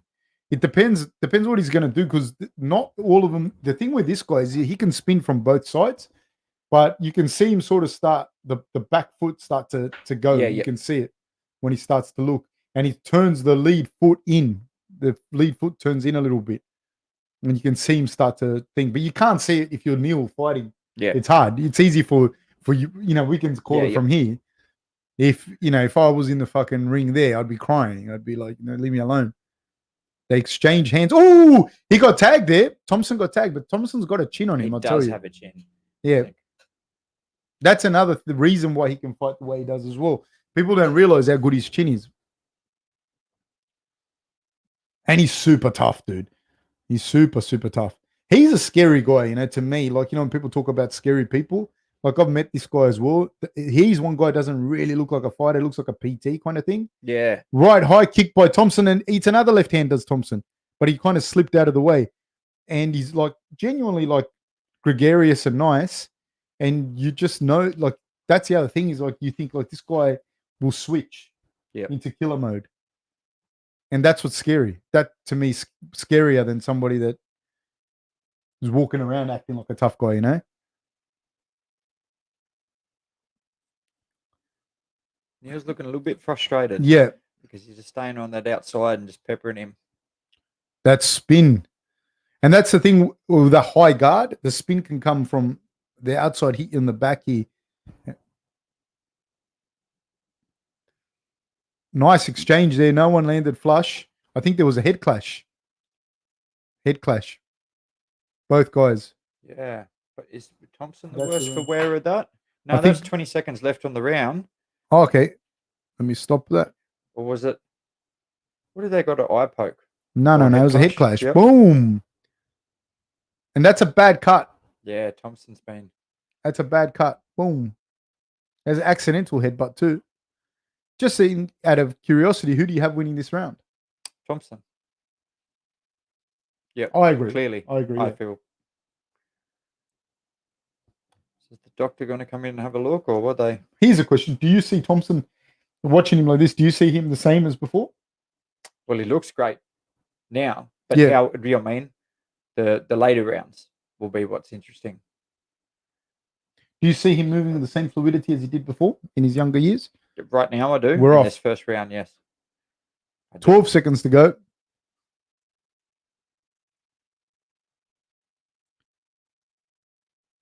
This is that cut changes things. Yeah, a fair bit. I think. Oh, that was a good calf kick he got him with. I think Wonder Boy came off the worst wear for them. Yeah, that head clash.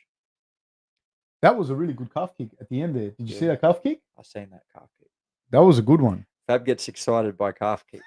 Very excited. You know, you left UFC out of the title of the stream, going to lose viewers. Really? Let me get on to that. What did we do? Left UFC out of the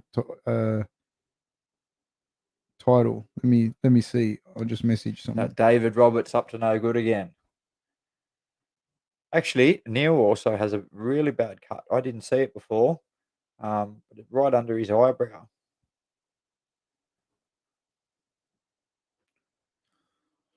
Thank you for the heads up. Thanks, man. Thanks for that.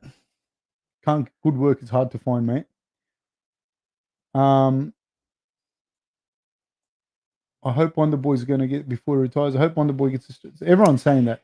Yeah, I can't see it happening. I can't see him winning a title, but what I don't know. JT, you said, why did Rob change coaches? I don't know. You have to. That's something you have to ask him. Like, but the main coaching staff, like I think most of the coaches there are still the same. So I don't know. So we have Neal holding the center of the octagon. Where's Geoff's cut? Because just underneath his right eye. I'll say they both got their eyes cut, like above their eye cut. Yep. Well, Geoff's is horizontal and Wonder Boy's is vertical. Ooh, nice little head kick there by Thompson. Both of them are in the southpaw stance. I like it. Looking good. It's looking very good, Thompson. Okay. So Geoff Neal's gone for the body lock. Got his head position. Got a nice head position. But Thompson's got the better head. Now Geoff Neal got the head position back. Wonder Boy's doing a great job here with that whizzer to control it. He can I think he's going to try and look to get the forearm across the face and then get out of there. That's what I think will happen. Geoff Neal's doing a fantastic job here of holding him against the cage. There we go. He got it. The forearm across the face and he used the whizzer to get out. Yeah, Wonder Boy's doing a great job. Now he's starting to get a very good rhythm, very good flow. Oh, there's that right hand lead. Oh, that right to the body hurt Neal. Yeah. He's finding it very hard. He's just sort of covering up, trying to get into that range, but Wonder Boy is just pepper him that 1-2. He's out, that 2 and out. When Neal comes forward, he's just countering with a there's a side kick to the body. Oh, Neal's just standing there now. This is not going to go the distance.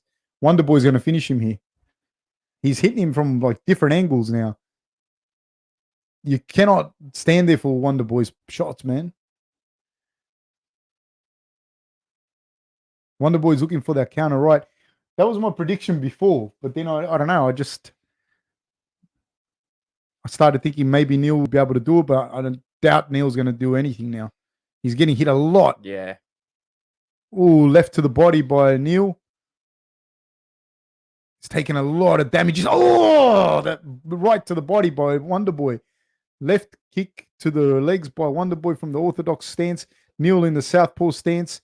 Another right hand lead by Wonder Boy. And Neal cannot take these shots. You can't, when people say you don't respect someone's power, if the guy's hitting you flush over and over and over, it hurts you, man. Especially with 4-ounce gloves. Yeah.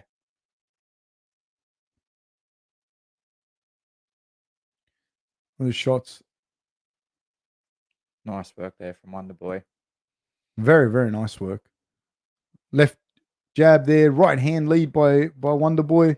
Just circling out of that danger. Yeah. And then he hits him. He's heading. Wonderboy's against the cage and he's hitting Neal. There's 2 minutes to go. Oh, those rights to the body. Neal's already like standing flat. You know what I mean? Yeah. And those rights to the body are just not going to help that. Oh, another jab to the body. And the thing is, Neal reacts a lot to the body shots. Like he really moves. Yeah, even there. Great body work we've seen from Aldo and Wonderboy in this. Nice work.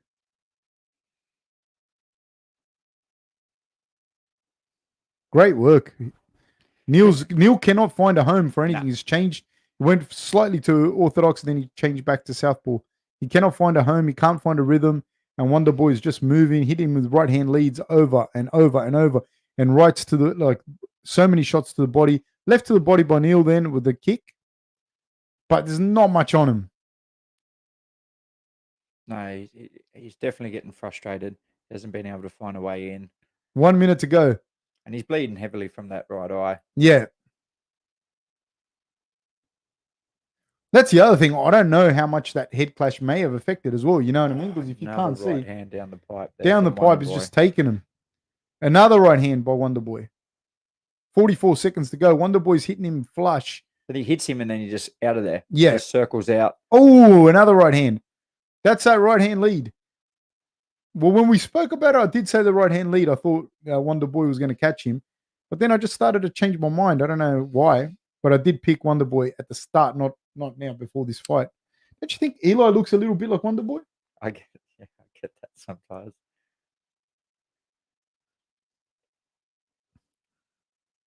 He's doing a great job as Wonderboy, man. Geoff Neal's trying to walk him down. There's 10 seconds to go, but yeah. He's just getting peppered on his way in. Oh, he hit Wonderboy there, but 2 seconds to go. Done. Time. Oh, his face is He's a beat up. Wow. The doctor's come in to have a look at that cut.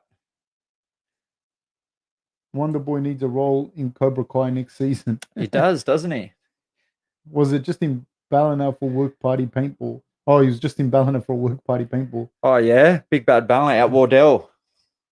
Why do you think Wonderboy is so exclusively able to use his style effectively?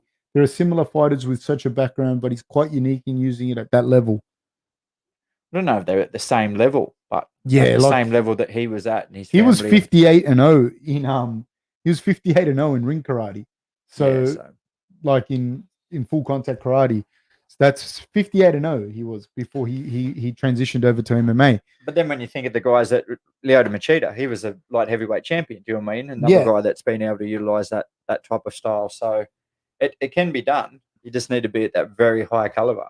Yeah, I think there are other guys, but he's also like not like Uriah Hall did some of those ring karate matches as well, and he doesn't have that level of success. I think Wonderboy was one of the best to do it in that karate thing. Like he was like one of the best to do it. And I think he also came up at the right time to have the right training partners around him and whatnot and everything. And so, yeah, I think that's one of the big things. He was, like I said, one of the best to ever do it in that style of karate. Right hand lead and then right kick right after it. I love that combination. Right hand, right high kick. And they're still going. Oh, he's going to dip straight into a kick, is Neal, because he keeps his head high and then he drops level to stop the body shots. And Neal's moving a little more now. I just don't know as well. Like, you don't know sometimes like how much the cut may have been affecting or whatever. Wonderboy is doing a fantastic job. Looks very comfortable, doesn't he? Yeah. Just repeatedly doing the same thing. Oh, nice uppercut. Nice uppercut. He hits you and then he's gone. Woo! There's that right hand, right high kick. Left hand by Wonderboy. It's like there's 3 dudes in there. Left hand over the top by Neal. He's having a little bit of success with that, but Wonderboy's got such a chin on him. Yeah. High underhook by Jeffrey Neal. That's what you want there. And that's the frame. See that frame that he does? Now, he's obviously better with it on the other side. He's obviously better with it on this side. He went back to that same side. He's gone for the whizzer on this side that he had success with. Then he'll frame and he'll get out of it. So Geoff is slapping him in the side of the face, which is good. It's uncomfortable, but it's not going to stop Wonder Boy. Definitely 2 rounds in the bag for Wonder Boy. Yeah, definitely. 2 solid rounds. Yeah. Wonder Boy's not getting off the fence, so there's 3 minutes to go. Geoff has the good head position. Interesting. Really nice work by Wonder Boy at this point. And now Geoff is seeming to having a little bit of luck holding him up against the cage. But Wonder Boy's see how tight that whizzer is? Yep. That's what I was about to say. Being the taller guy gives him that little bit of extra space when you can get it that tight and lift Geoff a little bit. That right. So he started finding a home with the right hand, and now he's giving him left hands and left check hooks, and then throwing the right kick high after he throws the right hand. He's going to catch him.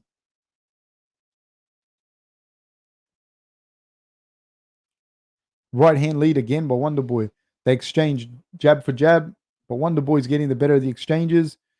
Again, Geoff's going to try and press him up against the cage. Wonder Boy's doing a better job of getting off the cage now. And he moves really well, man, for that division as well. Does Wonder Boy. He's very long. Geoff Neal really needs to make some adjustments to try to win this fight. What the adjustments are, but do you know what I mean? What adjustments can you make against someone? Take a baseball bat in there with you. Nice. Hits him with 2 jabs, does Geoff Neal. But Wonder Boy's unfazed. He's moving. Gets hit again right and left by Geoff, but then answers with a jab of his own. Geoff hits him with a jab flush. Is he starting to tire a little bit here, Wonder Boy? He may be slowing down a little bit. But I don't know that Geoff is he's not in a great shape either. Like at this stage, left leg landed by Geoff, and he's pushed Wonder Boy up against the cage. This is where it gets interesting because you don't know what Geoff's feeling in there. Yep. You know, sometimes the power stops coming off. You know what I mean?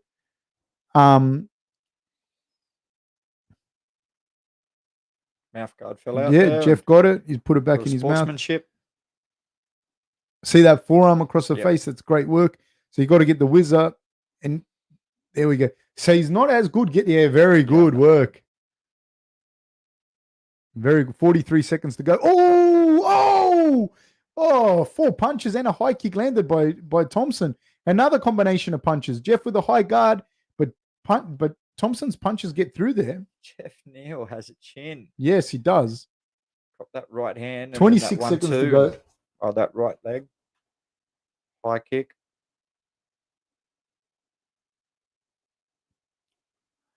Wow. 15 seconds to go. Another kick to the body by Geoff Neal, but taken partially in the arms of Thompson. 9 seconds to go. Big left hand kind of landed there. Glancing blow landed by Geoff Neal, but Thompson's doing a great job of throwing that kick and keeping Geoff's left hand at home. That's round 3. That's round 3. Wow. 3 rounds to Stephen Thompson, but I feel Geoff Neal really would need to pull something out of pull a rabbit out of the hat. Yeah, 100%. To change this decision or get the decision in this fight. It's interesting though, because the amount of shots that he's getting through, and even someone who mentioned then, like the kicks are coming through and Geoff's taking them on the thing, but it'd be like you're holding pads and letting someone kick you. Yeah. You know, it's going to rattle your head. But what's interesting is that Geoff's still coming forward. Yeah. Yeah, You know? it's tough. Man, it's really tough. I don't know, Blasey and Ray, that I'd give the 3rd round to Geoff Neal. Yeah. I don't think so. Because he pressed him against the cage a couple of times. I don't think he did any work in there. So. I'd give all 3 rounds to Wonder Boy. But I do think that, I don't know if Wonder Boy looks like he's slowing down a little bit or Geoff is regaining a little bit of momentum. I don't know. It looks a little bit different. Sportsmanship shown there. 4th round. I don't know if we're going to see a 5th. Geoff's taking a lot of punishment, man. Yeah, that's what I'm wondering. Do you mean, can he just keep taking that punishment? Is there enough power on the end of Wonder Boy's shots now to be able to put him away? And both so Geoff Neal's in the southpaw stance. Another lead right hand followed by a right kick, but taken on the arms by Geoff Neal. Right hand landed by Geoff. Wonderboy's got his back to the cage, looks for the right hand lead, but Geoff got out of the way of that one. Now they're both in southpaw stance. Now Thompson switched back to orthodox. This is what's hard to get that read on him, man. Yeah. And he fights at different distances. Like he'll fight you in close for a second, and then he'll fight you out of distance. Hard to get that. Geoff doubled up on that jab and got him good. Right hand lead again. That's been money all night for Thompson. That right hand lead counter. 1-2 by Thompson taking on the gloves of Geoff. Thompson now's got a high guard when he went backwards. It's moving.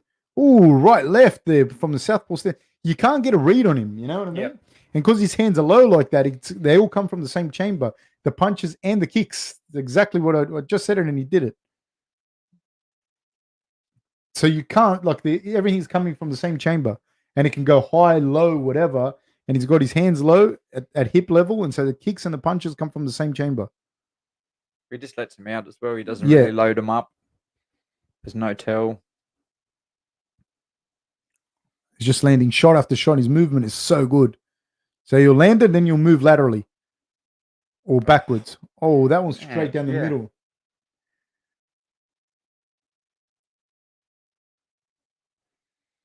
Right hand lead landed flush. Ooh, left hand landed by Geoff Neal. Short elbow there from Stephen Thompson. Jabs, they exchanged jabs, and Geoff with a left hand lead. Wonderboy looking for an elbow. I don't know, maybe his right hand is hurt. Yeah, I thought that because I thought it looked like he threw a little open hand slap earlier. Yeah, and you know what else is Geoff Neal's just coming forward on that right hand. Yep. And Thompson's not throwing definitely hurt. Yeah, he's definitely hurt his hand. And that is something that happens when you throw like a lot of those shots, you know what I mean? Against a tough guy like this. Like he's not, so he's gone to southpaw, he's looking for kicks. I wonder if Geoff Neal must have either picked up on the lack of power behind that right hand, or I don't know, maybe he hasn't. But I think that he has hurt his hand. He may not have broken it. See, that to me is interesting because you know, throwing it there. Yeah, he's throwing it, but I don't think he's throwing it with that power anymore. But you have to throw it. Yep. You know, you have to throw it. This is, I don't know. I don't know if Geoff can, even if Geoff has the power to be able to come back himself. But that's the only way he can win from here. Is he needs to either knock him out or finish him with a submission. Another kick there. That kick hurt his arms, man. I don't know if it's his. Yeah. So a left high kick went by Neal. He partially landed that, I think. See, Wonderboy hasn't got that in the right hand. Yeah. But he's right. He's still got the right kicks on that. Oh, he gets hit with a combination, and Geoff's holding him up against the cage. Deep underhook there by Geoff Neal. But the question here is, you saw Wonderboy fall to the ground, right? Yep. And Geoff Neal didn't follow him. Well, so what's going to happen now against the 30 cage? seconds earlier to that, Geoff Neal fell and Wonderboy let him back up and didn't. No, but Geoff Neal, what I'm saying is, if you're holding him up against the cage, what is it you're looking for? Yeah. Just to hold him up against the cage, because you're not going to follow him to the ground. And so he was like, I mean, he's taken out the round like this, but I don't know. I feel that Wonderboy easily won the first three. And he's winning the fourth as well. Yeah. He's definitely winning the fourth. With 5 seconds to go in the fourth round. And that's the round, people. Yeah, I give it all 4 rounds to Stephen Thompson. Thompson's touching his foot. And he's limping across. He's limping a little bit. Well, he's had to throw those right hands. Yeah, you know what I mean? He can't. He can't. Oh, his foot. His broken foot? It's banged up. Looks banged up anyway. It's very. He's been forced to throw that. He's been forced to throw that kick, and he's taken it on the Well, you can kick him in that Yes! elbow, can't you? And Yes, really I've bust done up that, your man. foot. I've done that. Yeah. Ah. Oh, my yeah, God. it looks swollen up. He's grabbing at And his his knee. knee. Oh, he's got a big hematoma over the Yeah. top of his knee. And he's covering it up because he doesn't want, I think, Geoff's corner to see it. Yep. So it's definitely not in a good way. Oh. The question is, does he know? Yeah, look at his knee, man. Geoff's got to make him move and tee off on him. He does. What is Big it? hematoma. Could be anything. Could be the patella. Could have slipped out of place. Who knows? Ooh. He's tough, but we all know that. Mate, he's super tough. He's not just that pretty boy karate kid, is he? Nah. He's super tough, dude. He's super, super tough. But that's the other thing when you're talking about big left hand landed by Geoff Neal there. Another left hand over the top. Now they're exchanging in the pocket. Wonderboy throws the right leg, and he felt it. Geoff knows he's got to come out.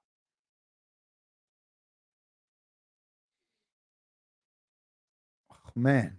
You know, I feel if Wonderboy right left. The way that Geoff Neal was going forward with his hands covering up and that, he'd be very, do you mean like a takedown?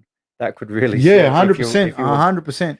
Because Geoff's still dangerous, and I think he's smelling blood and he's smelling that Wonderboy's hurt. Mate, I would be screaming from the corner. And this is these things that you talk about, like, you know what I mean, when you talk about like a fighter getting older. I mean, this could have happened to him when he's younger, but how many of these types of injuries can you take, you know, when you're fighting as you start to get older too? And it takes time to recover as well. You know? I feel like and he's throwing that kick, man. But Geoff would feel that there's not much behind that kick anymore. It's just a question of what can Geoff do, because Wonderboy's hurt. He's definitely hurt, and that right has no power in it. The right punch. Wonderboy is such a fucking warrior, dude. Who knows what he did to it? Ooh, right left landed an elbow, big left elbow by Neal. Wonderboy's fighting in the pocket now. They're fighting in the pocket. I don't know about that from Wonderboy. Man, I don't know how much movement he has left in him. There's 3 minutes and 10 seconds to go. Wonderboy is my hero, man. Look at him. Yeah, I really think if he attempted the takedown. They're not even considering the takedown. No, they're not. Jab by Geoff Neal, left hand. Man, Wonderboy's got good movement and such a chin, dude. This is what's crazy with fighting too, man. Like, you can win, and he won, you know, every round, you could say. But the damage that he's feeling, man, you see his knee buckled in? Yep. He's taking a lot of damage in this fight. A lot of damage. And right, left. That right hand doesn't have the pepper on it anymore. Nah. Left hand snaps his head back. Neal, there's 2:23 to go. I don't think Neal has the power to finish him, though, anymore. Right, left combination by Wonderboy, and big left hand over the top by Neal, but misses. Neal's trying to stalk him down. There's 2 minutes to go. Too slick, Wonderboy. You can't, man. You can't really work him out. It's very, very difficult. This fight feels like it's been going for 40 minutes. Yeah, it feels like that. Man, they're just been peppering him for 40 minutes. There's 2 minutes to go. Neal is not going to win this one here like this. Unless he has some crazy flying submission. Yeah. Nothing. He has to try and knee the legs or something. I don't know. Because for Wonderboy, he can stay here the rest of the fight. Yep. He won easily, I think, 4 rounds. Yeah, I think he definitely won 4 rounds, and he still wins his 5th round. But even if he doesn't win the 5th round, like... Yep. He's hitting Wonderboy to the liver, but Wonderboy's fine. He's got 1 minute to survive, Wonderboy. Let's see what happens. Here. Geoff's got to go. Ooh, left hand over the top. Right hand comes back. Ooh, he spins on that. Oh, my God.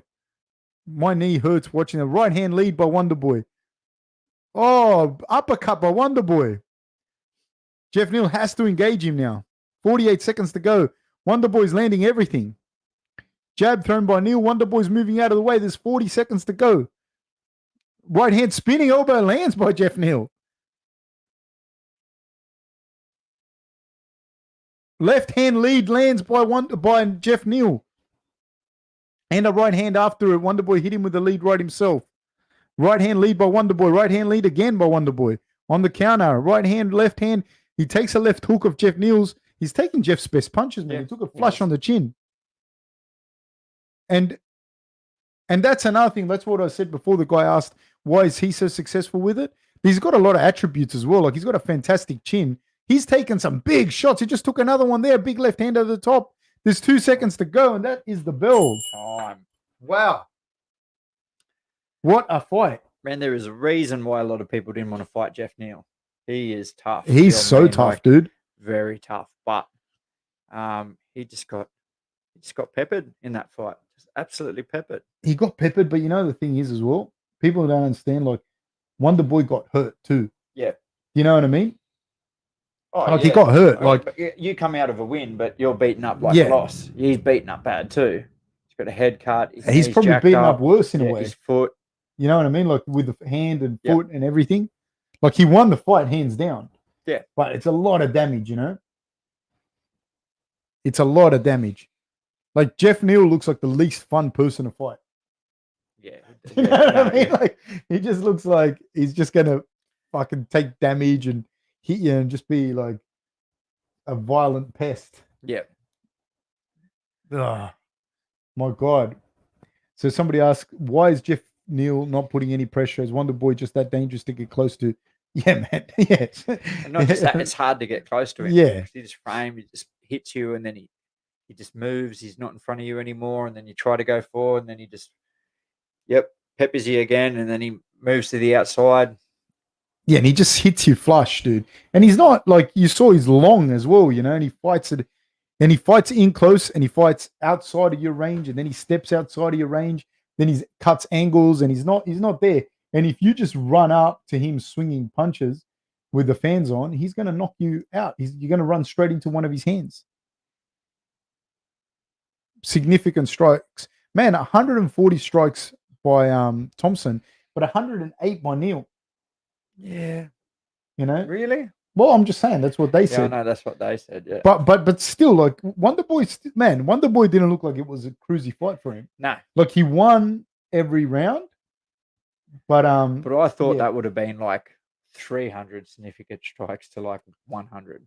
But there was a lot, you know, the thing is, a lot of moving, and then boom. Yep. You know, hits.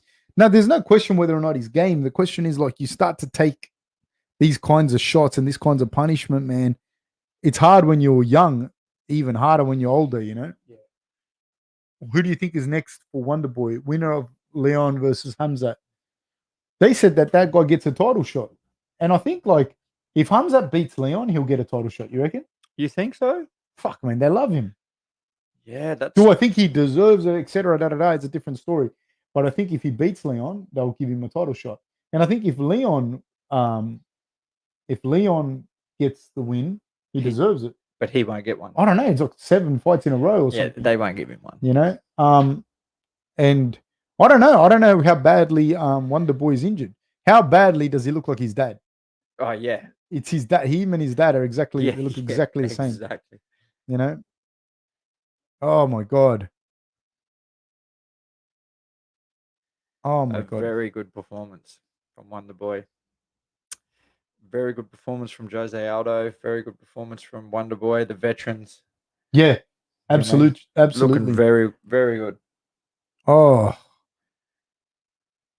And he just lands them. I wonder where, if it was one blunt force trauma that did that to the knee, or if he, if it just happened like over time, you know what I mean? Wow. Knee's still good there. Or looks good anyways. Boom. Jab. Man, that was brutal. That combination. Man, he's got a chin, eh? He's got a chin. Yeah.